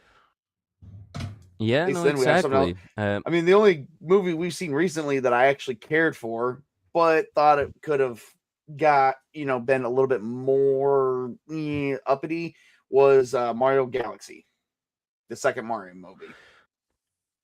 Yeah, that was a fun movie too. My kids loved it, so that's what matters to me. There we go. There we go. So no, highly recommend the He-Man. But yeah, other than that, of course, we railed off a little bit of the topic, and but that is fine because I invited Table because I want him to be here. He has a lot of great stuff to say, and I love his opinions, even though sometimes we disagree. But that's what we do. That a lot of communities are forgetting these days. Let's agree to Yeah. disagree sometimes. Come Dude, on. remember, I liked Alien Earth. I liked Halo, but it's like I like what I like, and I don't care. It's like but and me and you both like what? Oh gosh, Zack Snyder. Whatchamacallit there? And I actually Yep. had the guys that would Rebel Moon. They're like hating. No, I loved Rebel Moon. It was awesome. Like Yeah, no, uh, exactly. yeah, Exactly. But yeah, of course, let's get back to this, and that is, of course, Gunn and Safran should have known better when it comes to a lot of this stuff. A lot of women also didn't respond to all the catty, drama-driven celebrity PR. Yeah, we just mentioned that. I blame Gunn and Safran. They should have known better because of this. This has all happened before. yeah. Instead, just like the rest of them, they are drowning in their own arrogance, and devilishly so. They mock the That's so well fans. said. Sorry, that's well said. Their own arrogance. Perfectly said. Exactly. Yeah. They mock the fans, the same fans that make up the majority of the audience. Well, how's it working out? Fans are not the problem, so it's the fans' fault that Supergirl failed. No, what made the first Wonder Woman work is that they had fans in mind, all of them, Yeah. and that is true because at that time, that I will mention again. With the first Wonder Woman movie, it was part of Zack Snyder's plan, and he was heavily involved in that movie. And again, say what you want about Zack Snyder. I do not care about the drama that geeks and gamers and Zack Snyder had back in the day. That's one thing that annoys me that everybody's going to bring up. So that's why I do mention it before anyone would bring it up. I don't care about that stupid drama. That's their own fault. But he knows comics. He understands a lot of the lore and characters. And Zack Snyder cares about these characters. Is there does he has views that I don't always agree with? Of course. That's how it is. Just because you like some movies or you like a director, writer, and stuff like that, you can always disagree if you're not fan. You disagree with some stuff, you agree with some stuff. You don't need to be fan of everything they do. It's No, like I've said exactly. before. We're good friends with Chuck Dixon, and I'm not gonna read the Horseman comic book because it's not for me. But I love a lot of his other works that he's done, like the stuff that he's done with Batman, Bane, all this classic Batman stuff back in the day, Punisher, and the comic that he did for Rippaverse with Alpha Core. There's a lot of stuff that he makes that I highly enjoy, but some stuff I don't enjoy that much, and I don't intend to read. But And the same is with Zack Schneider. I don't agree with everything he says, but I do enjoy a lot of the way he creates movies, and I do enjoy the knowledge and love he has for these characters. well, speaking of his characters and his actors, I just want to bring up a point that that article was talking about. It's the fan base. There's actually an actor who played a great Superman. Now, my favorite Superman is Christopher Reeves. That's what I was raised on. But Henry did a great job. And Henry has said in interviews multiple times, it's not toxic fandom. It's called passionate fans. He stood up for it because he's one of us, Exactly. just in really great shape. But the guy's one of us. He said, I'd rather sit home, build a computer than go out drinking and stuff like that. He's like, that's what he loves to do. Exactly. He's like, no, we're not toxic. We're not fans. There's not the fans. We're passionate about what we love. And he's a fan himself. That's why he's very harsh on the movies he does. He's very, he wants accuracy. He wants to give the fans what they want because he's one of them. Exactly. That's why do you think have the Witcher? fans in your mind when Yeah. you create these IPs? Exactly. Because if you don't, see what happens. You lose money.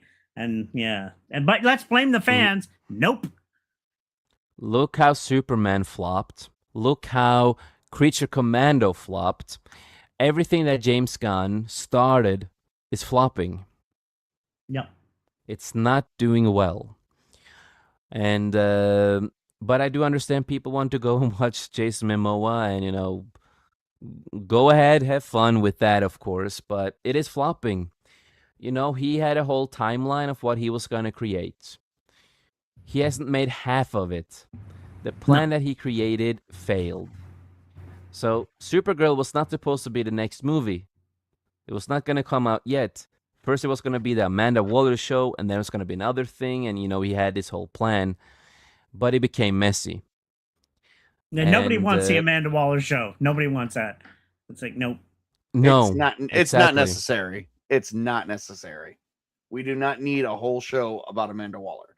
She's know a what mid-level, she does. a low-level character. We don't care. And the only reason why she's got any relevance was because of how is because they want to highlight the fact that she made the Suicide Squad. Okay, yes, we did it. She made the Suicide Squad. She ran the Suicide Squad. It's a huge organization. She's ahead of that. Well, she's also ahead of that because the president allowed her to be, because government officials allowed her to be. If not, they could have scrapped the whole project and put her on. She's just a government official. That's it. She's not bad nor good. She's just trying to. I get it. She's trying to protect the world, but it was a bad way, But the way she decided to go about it, it was a bad way. Exactly. And no, There's everything nothing has there been to a tell. flop. And again, look how Peacemaker Season 2 flopped. Look what had happened there. How he trashed the Christians, made all the white people Nazis, and all this kind of stuff. We already know what kind of universe he wants and he creates, and he doesn't care about his own continuity. If you remember what he said back in the day about with the Suicide Squad and Beetle and like all this kind of stuff. Some things are, it's like a memory. It's there, it's like a bad memory, blah, blah, blah, blah. It's like a lot of weird stuff that he was going on about the way he viewed the continuity. And again, one big reason Superman flopped is not just because of practically almost the whole movie, how Superman acted like a teenager bitch in the movie. But also how James Gunn decided to change the whole origin story of Superman and remove the hopeful symbol of what it means. Yep. And he came to Earth to grape and create an evil world practically, and he was going to be evil and conquer, grape, whatever. That was the whole thing they wanted him to do. Create a new planet. He's going to lead like a god. That's how it was. It's not a symbol for hope. And they doubled down on that. They also doubled down on that in Supergirl. So yeah. That is the unfortunate universe of James Gunn. But that is mostly it of the DC stuff. We are over the 2 hour mark. I know I invited you a little bit late, Tables. I'm sorry about It's all that. 'Cause good. No, you're good. You're good. I didn't even see it for a minute. I'm actually throwing some stuff together for something later on that deals with Avatar. Not the Alien show, but the Last Airbender and the Legend of Korra stuff. Oh So yeah, then I saw it. yeah. Nice, nice. Yeah, I mentioned Avatar: The Last Airbender live action season 2 earlier, and I do enjoy it. And don't agree with a lot of these so-called critics that are going on personal attacks on the actors because the way they look, because they're not, you know, fuckable. I will say straight out in their view. I thought about doing a side by side watch and do like the first episode of the original cartoon and then do the first episode of the actual Netflix series and do like a side by side comparison. Thought about doing that. Just Yeah, because no, I I'm a get big you. Avatar fan. And I want to see what the major, and I actually want to point out the differences if they're like, I haven't seen the TV series, and from some of the stuff I have seen, it doesn't really like interest me. But then I was like, why don't I just do a side by side comparison and we'll let people actually decide, because you know what, I don't know if people today. I just did an entire binge watch of both Avatar, Last Airbender, and Legend of Korra with my girlfriend recently. So then I was like, I'm probably one of the few people that has seen it recently, whereas most people that are complaining about it haven't seen it in the last 10, maybe 15 years. Yeah, no, exactly. And no, I enjoy it. I enjoy the animation. I do enjoy the live action for what it is. Of course, there are certain stuff they could have changed, but I think I still heavily enjoy it. I've gotten a lot of hate because of that. And again, me and Tom here, we talked about the annoying higher ups of people out there who are going on the personal attack and stuff like that on the actors, the young actors. Yeah. Well, So one, yeah, it's not their fault. They're just doing like they want to be a part of the universe. That's all. Like they probably seen the stuff or heard about it because I know they are really young in age. But at the same time, don't hate on them. They're just going through the life and making money. If you're gonna hate on anyone, hate on the writers at the very most if you don't like something. But you don't even have to do that. Just don't be a douche. Like there's Yeah. no need for that. Like if yeah, you no, don't like it, exactly. it's not for Simple you. said, yeah. If it's not like you're not going to be in the Horseman comic for the Rippaverse. Okay, I haven't really read much more on the Rippaverse because when it came for Alpha Core, that was where I drew the line. A lot of the other stuff he's been doing hasn't really been for me, but I'm not hating on Eric July for it. Like he's just doing his No, own thing. exactly. He's It doing just his own didn't thing. That's appeal it. to you, you know? Right, It right. appeals to others, but it didn't appeal for you. And that is how I felt too. It's like, yes, I do enjoy the alpha core that Chuck Dixon is creating, but other stuff that he has been creating there and other creators are doing there is not for me. Yes. And it's like, I'm not going, like, I haven't said anything negative too much openly about the Avatar live action series. I actually thought it was a pretty cool idea because nobody really watches the cartoons anymore. And me, I went out and found the collector's edition of the complete series as for both the Legend of Korra and Avatar DVD set, and I keep that stuff on my shelf. I haven't even opened the DVD sets yet. But when I watched them, I bought the digital copies through Voodoo. But that's because that's what I do. I preserve my DVDs while just like if I don't have to take it out and put it in my DVD player, I don't do it. You know, but it's like, okay, I could watch this TV series. It may not be for me. Like for instance, I didn't have a problem with Rebel Moon. I really didn't. And I was trying to share that with a friend, which we won't mention, but I tried to share that with a friend. He didn't like it. It's not for him. We leave it alone. Exactly. Anytime he brings up Rebel Moon, I'm like, hey, I liked it. You don't like it. You voiced your opinion. I voiced my opinion. You think it's crap. I think it's okay or good. You don't like the female lead. I don't mind the female lead. And it's like, we get it. We can sit here, talk. And the one thing I can't stand, and everybody knows this, like my girlfriend knows this better than anything else. He knows this better than anything else. I hate talking in circles. And if all we're going to do is sitting and talking in circles, I can just leave the room. And I will, when you're done venting about a movie that you think sucked, great. I'm not bringing it up saying, oh man, you gotta, I'm not trying to put it in your face. Don't put it in my face. If we can't come to that agreement, then we need to leave each other alone for a day, and I will see you in a day or two. Yeah, no, exactly. That's a good way to look at it and stuff like that. And no, it's like, we have different opinions. The Halo show is not made for me. I will criticize the stuff I didn't like. But then you have Tom here who liked the Halo show, and he tells you what he likes about it. You know what I mean? We have a nice debate, talk about it.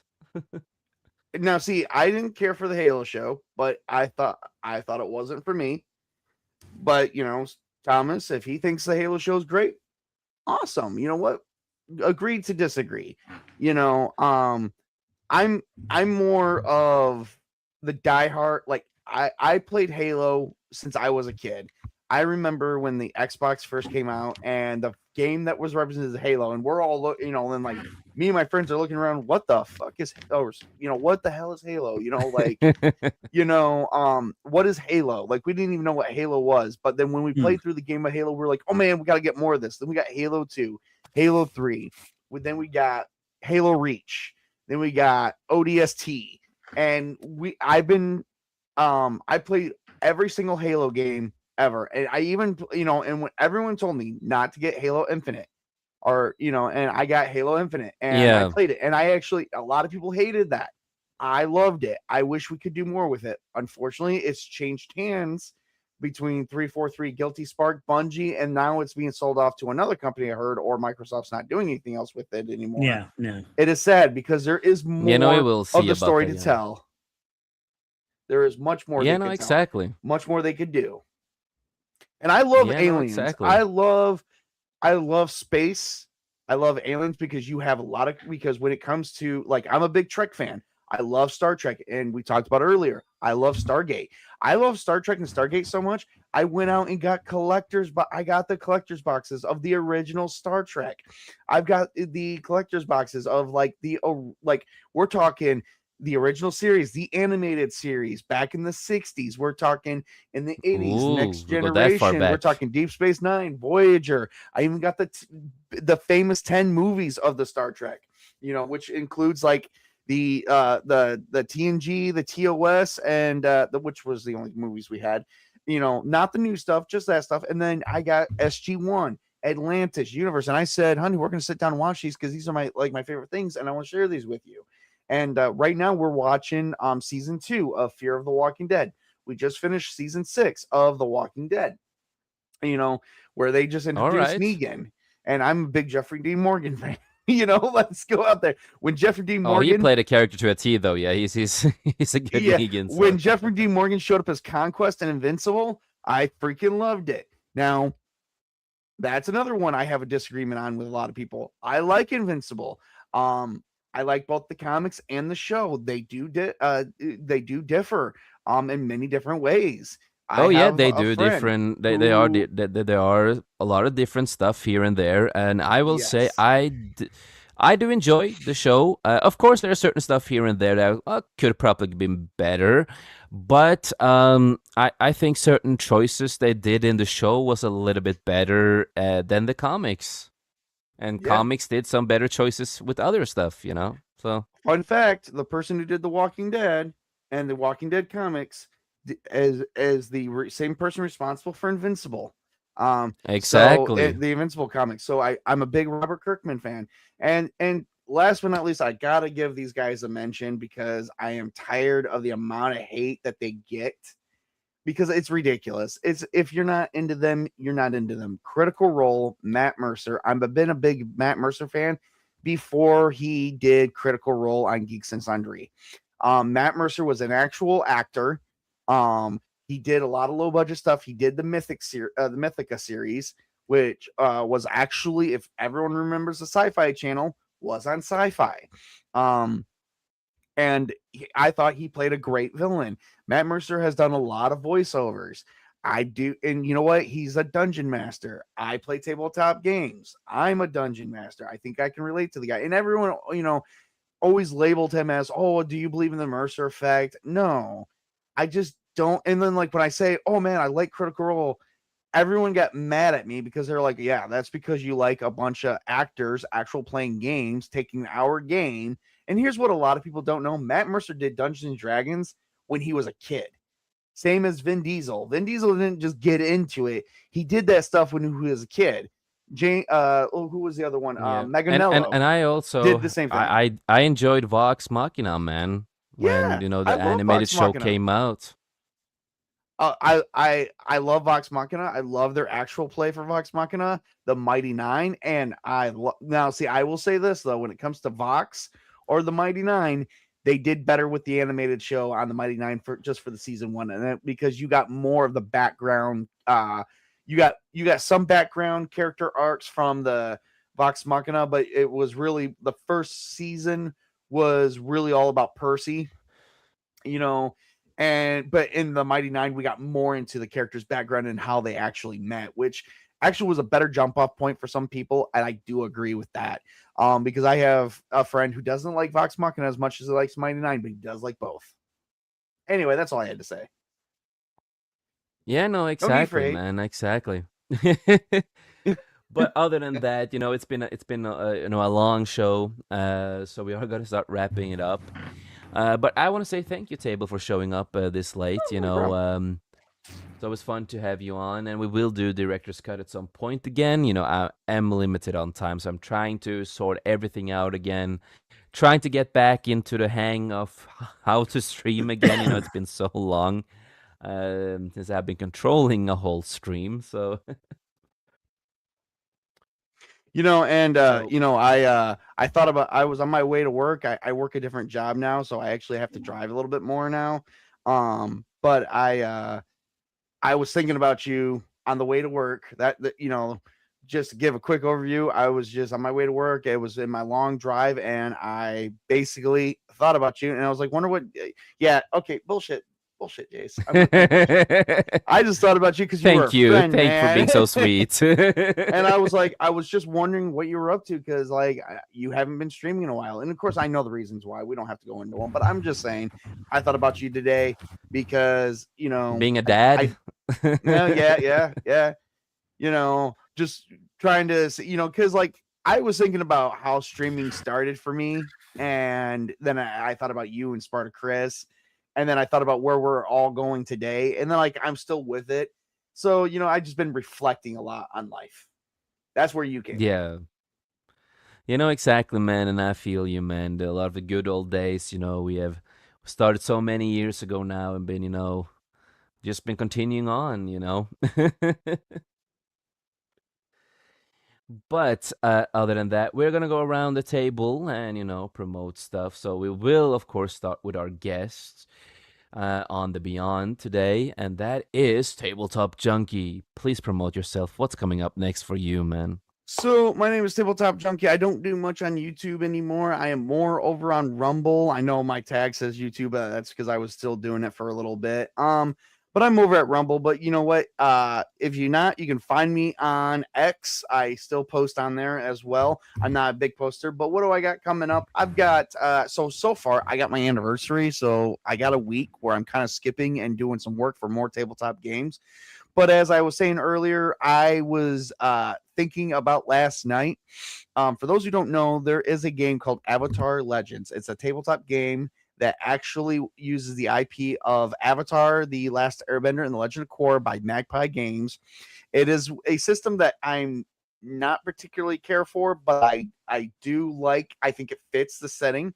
And I plan on doing some more things on Rumble with solo streaming and Mythic Game Master Tool Emulator. If you guys don't know what that is, pop over to my Rumble channel and check me out. You will see it. I have everything labeled of what's an actual play and what's a solo play. Solo play is just me playing against the computer, and it's actually, believe it or not, it's a system that turned me into a believer, which I'm actually about to do a video on that either tonight or tomorrow about how I came into Mythic and Game Master Tool Emulator. And I think I've already did a video on it. I'm probably going to do another one because I've got people reaching out to other people who know me, and they're reaching out to me saying, hey, someone's asking me about this. Do you know anything about this? And because we see this on your channel on Rumble, can you help us out? So I've actually been getting some emails on that lately. So I plan on doing a lot with solo plays, actual plays, and many tabletop games. Right now, it's Castle and Crusades for the Summer of Siege Season 2, and I will have something posted in about 2 weeks. So stay tuned.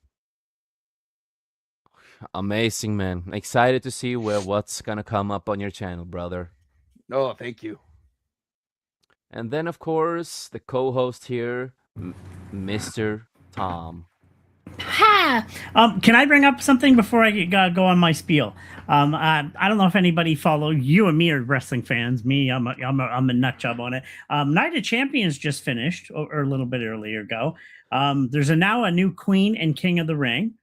Do you want to know who won those? Yeah, sure, man. Io is now the Queen of the Ring. Io Sky. So one of your one time favorites. She won the Queen of the Ring. Yes. No surprise, Oba is now the king, and awesome, Oba Femi. But something happened I didn't even know, and I'm now freaking out. There's a new world champion. Cody lost the belt. Oh, snap. Sami Zayn is the world champion.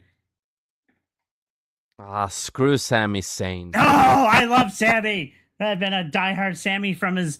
Well, actually, we don't know. It's not really him in ROH. That was a different guy. That he's now living in Mexico, taking care of the kids and the thing. That's El Generico. But still, Sami Zayn in WWE. I'm a huge Sami fan. Like he's always been the underdog, sort of like Bryan Danielson, Daniel Bryan, and it's like, wow, he finally did it. So let's agree to disagree.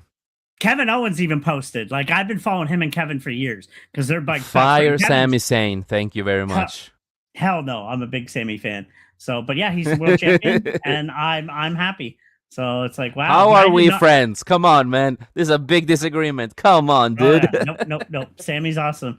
He's so good at his role. So, but yeah, no, very interesting night. Tomorrow is the AEW Forbidden Door. Me and my buddies are going to watch that one. I'm looking forward to that too as well. So, yeah, no, it's interesting. So. But Oba's a guy to watch if you want to see a future. Yeah, star. Oba's going to be a world champion, main eventing WrestleMania for years. That guy's got so much potential, and he's intelligent, highly intelligent. Hear him talk. But as for me, what am I doing? I have rebirthed the Foggy Brains channel. It's back. I'm still waiting to bring on some more people. I don't do 420 anymore, but I'm still trying to bring comedy and stupid stuff. I'm going to rebirth the TikTok to touch with it.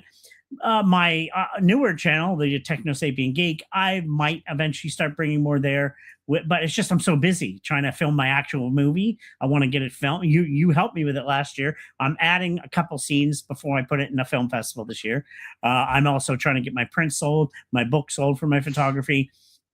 And I'm just busy, so busy. So it's hard to do so many things at once. But that's saying I don't do a 9 to 5 anymore. That art is my thing. I'm the struggling poor artist, but you know what? This is my life. This is what I'm meant to do. and I'm gonna make it. I'm starting to get paying jobs. I did some graphic design work. I did a shoot for graduates, and I made some money there. I'm going to be on a film set doing behind the scenes photos for that. So I got some work coming up. But yeah, I'm just busy. But Foggy Brains, I have rebirthed that YouTube channel. That's like 11 years. No, that's about 12 to 13 years old now. I brought it back. And my other said, well, wait, I might get back to doing that. I don't know. We're going to wait and see. So I'm torn so many different directions trying to make it as a career and run your own business. It's not easy. Exactly. And what shows do you show up on? Here and Mike. Mike's been dragging me back on. Mike, you got me back. He's a brother from another mother. So usually he'll have me on Sunday night show where he does the drawing. That's huge circles, but I won't be on tomorrow night because the boys are coming over wrestling. I'm back on the Tuesday show. I just got back. Like you, I was taken away for about 6 months as well, going offline. Life in general, like personal stuff happened and yeah. So, but Mike's got me kind of brought me back. I'm glad. I'm motivating myself again, creating all that, getting my juices flowing to do with creative and my artistic sense. And of course, like you said, anything with you and with Mike, it's usually the Tuesday show now.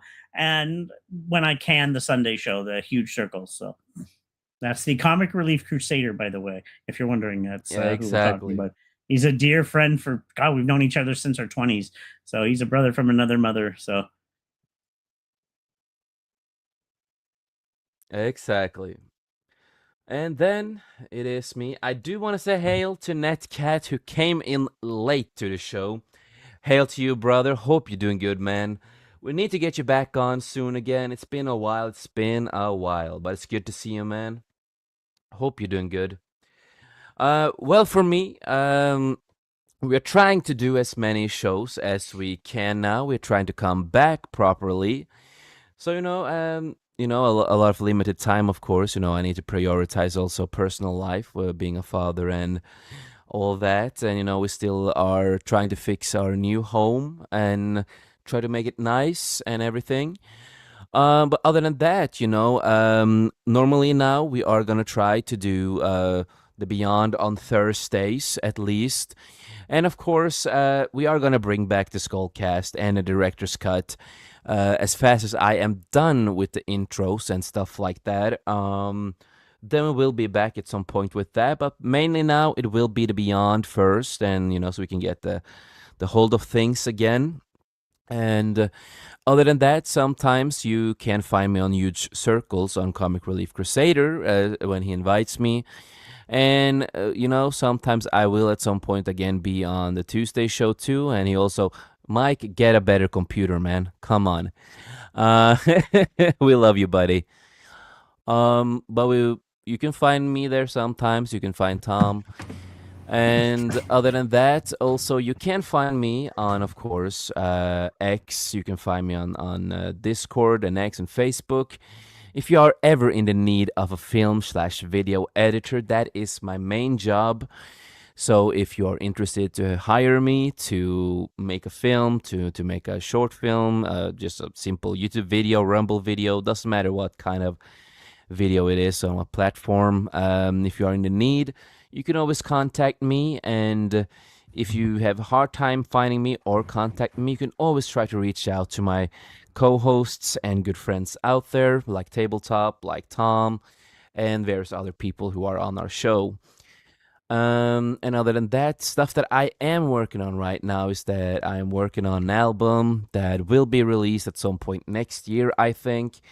I'm gonna work a lot this year on the album with the band, and we are gonna get there. We're gonna make it good. And still working on my book, The Last Gamble. I'm still working on that. I took a little bit of a break of writing because we were moving and all that kind of stuff. But I will be back, starting to write again soon, and hopefully it will be released. Hopefully in the end of the year or maybe next year. We'll see, when it comes out. It's like I'm not gonna give a specific date, so it comes out when it comes out. I will of course commercial it when the time is closing. And other than that, you can also find me on Vinyl Revival sometimes. And when Corey slash Sir Toxlot comes back on his channel, I will try my best to show up on mostly every stream that he does.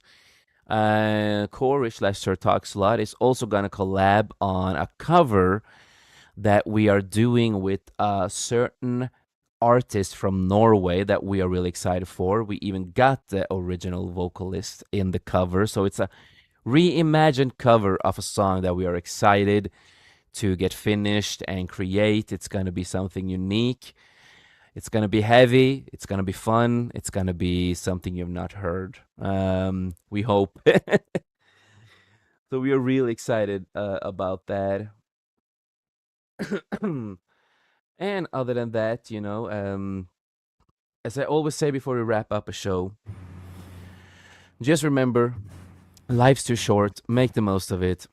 And we in 540 Studio, we love you. We appreciate you. And none of us could have been here today if it wasn't for all of you great people out there. You mean the world to us. And thank you for the inspiration to make us going and do what we do.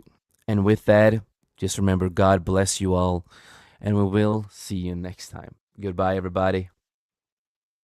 Bye.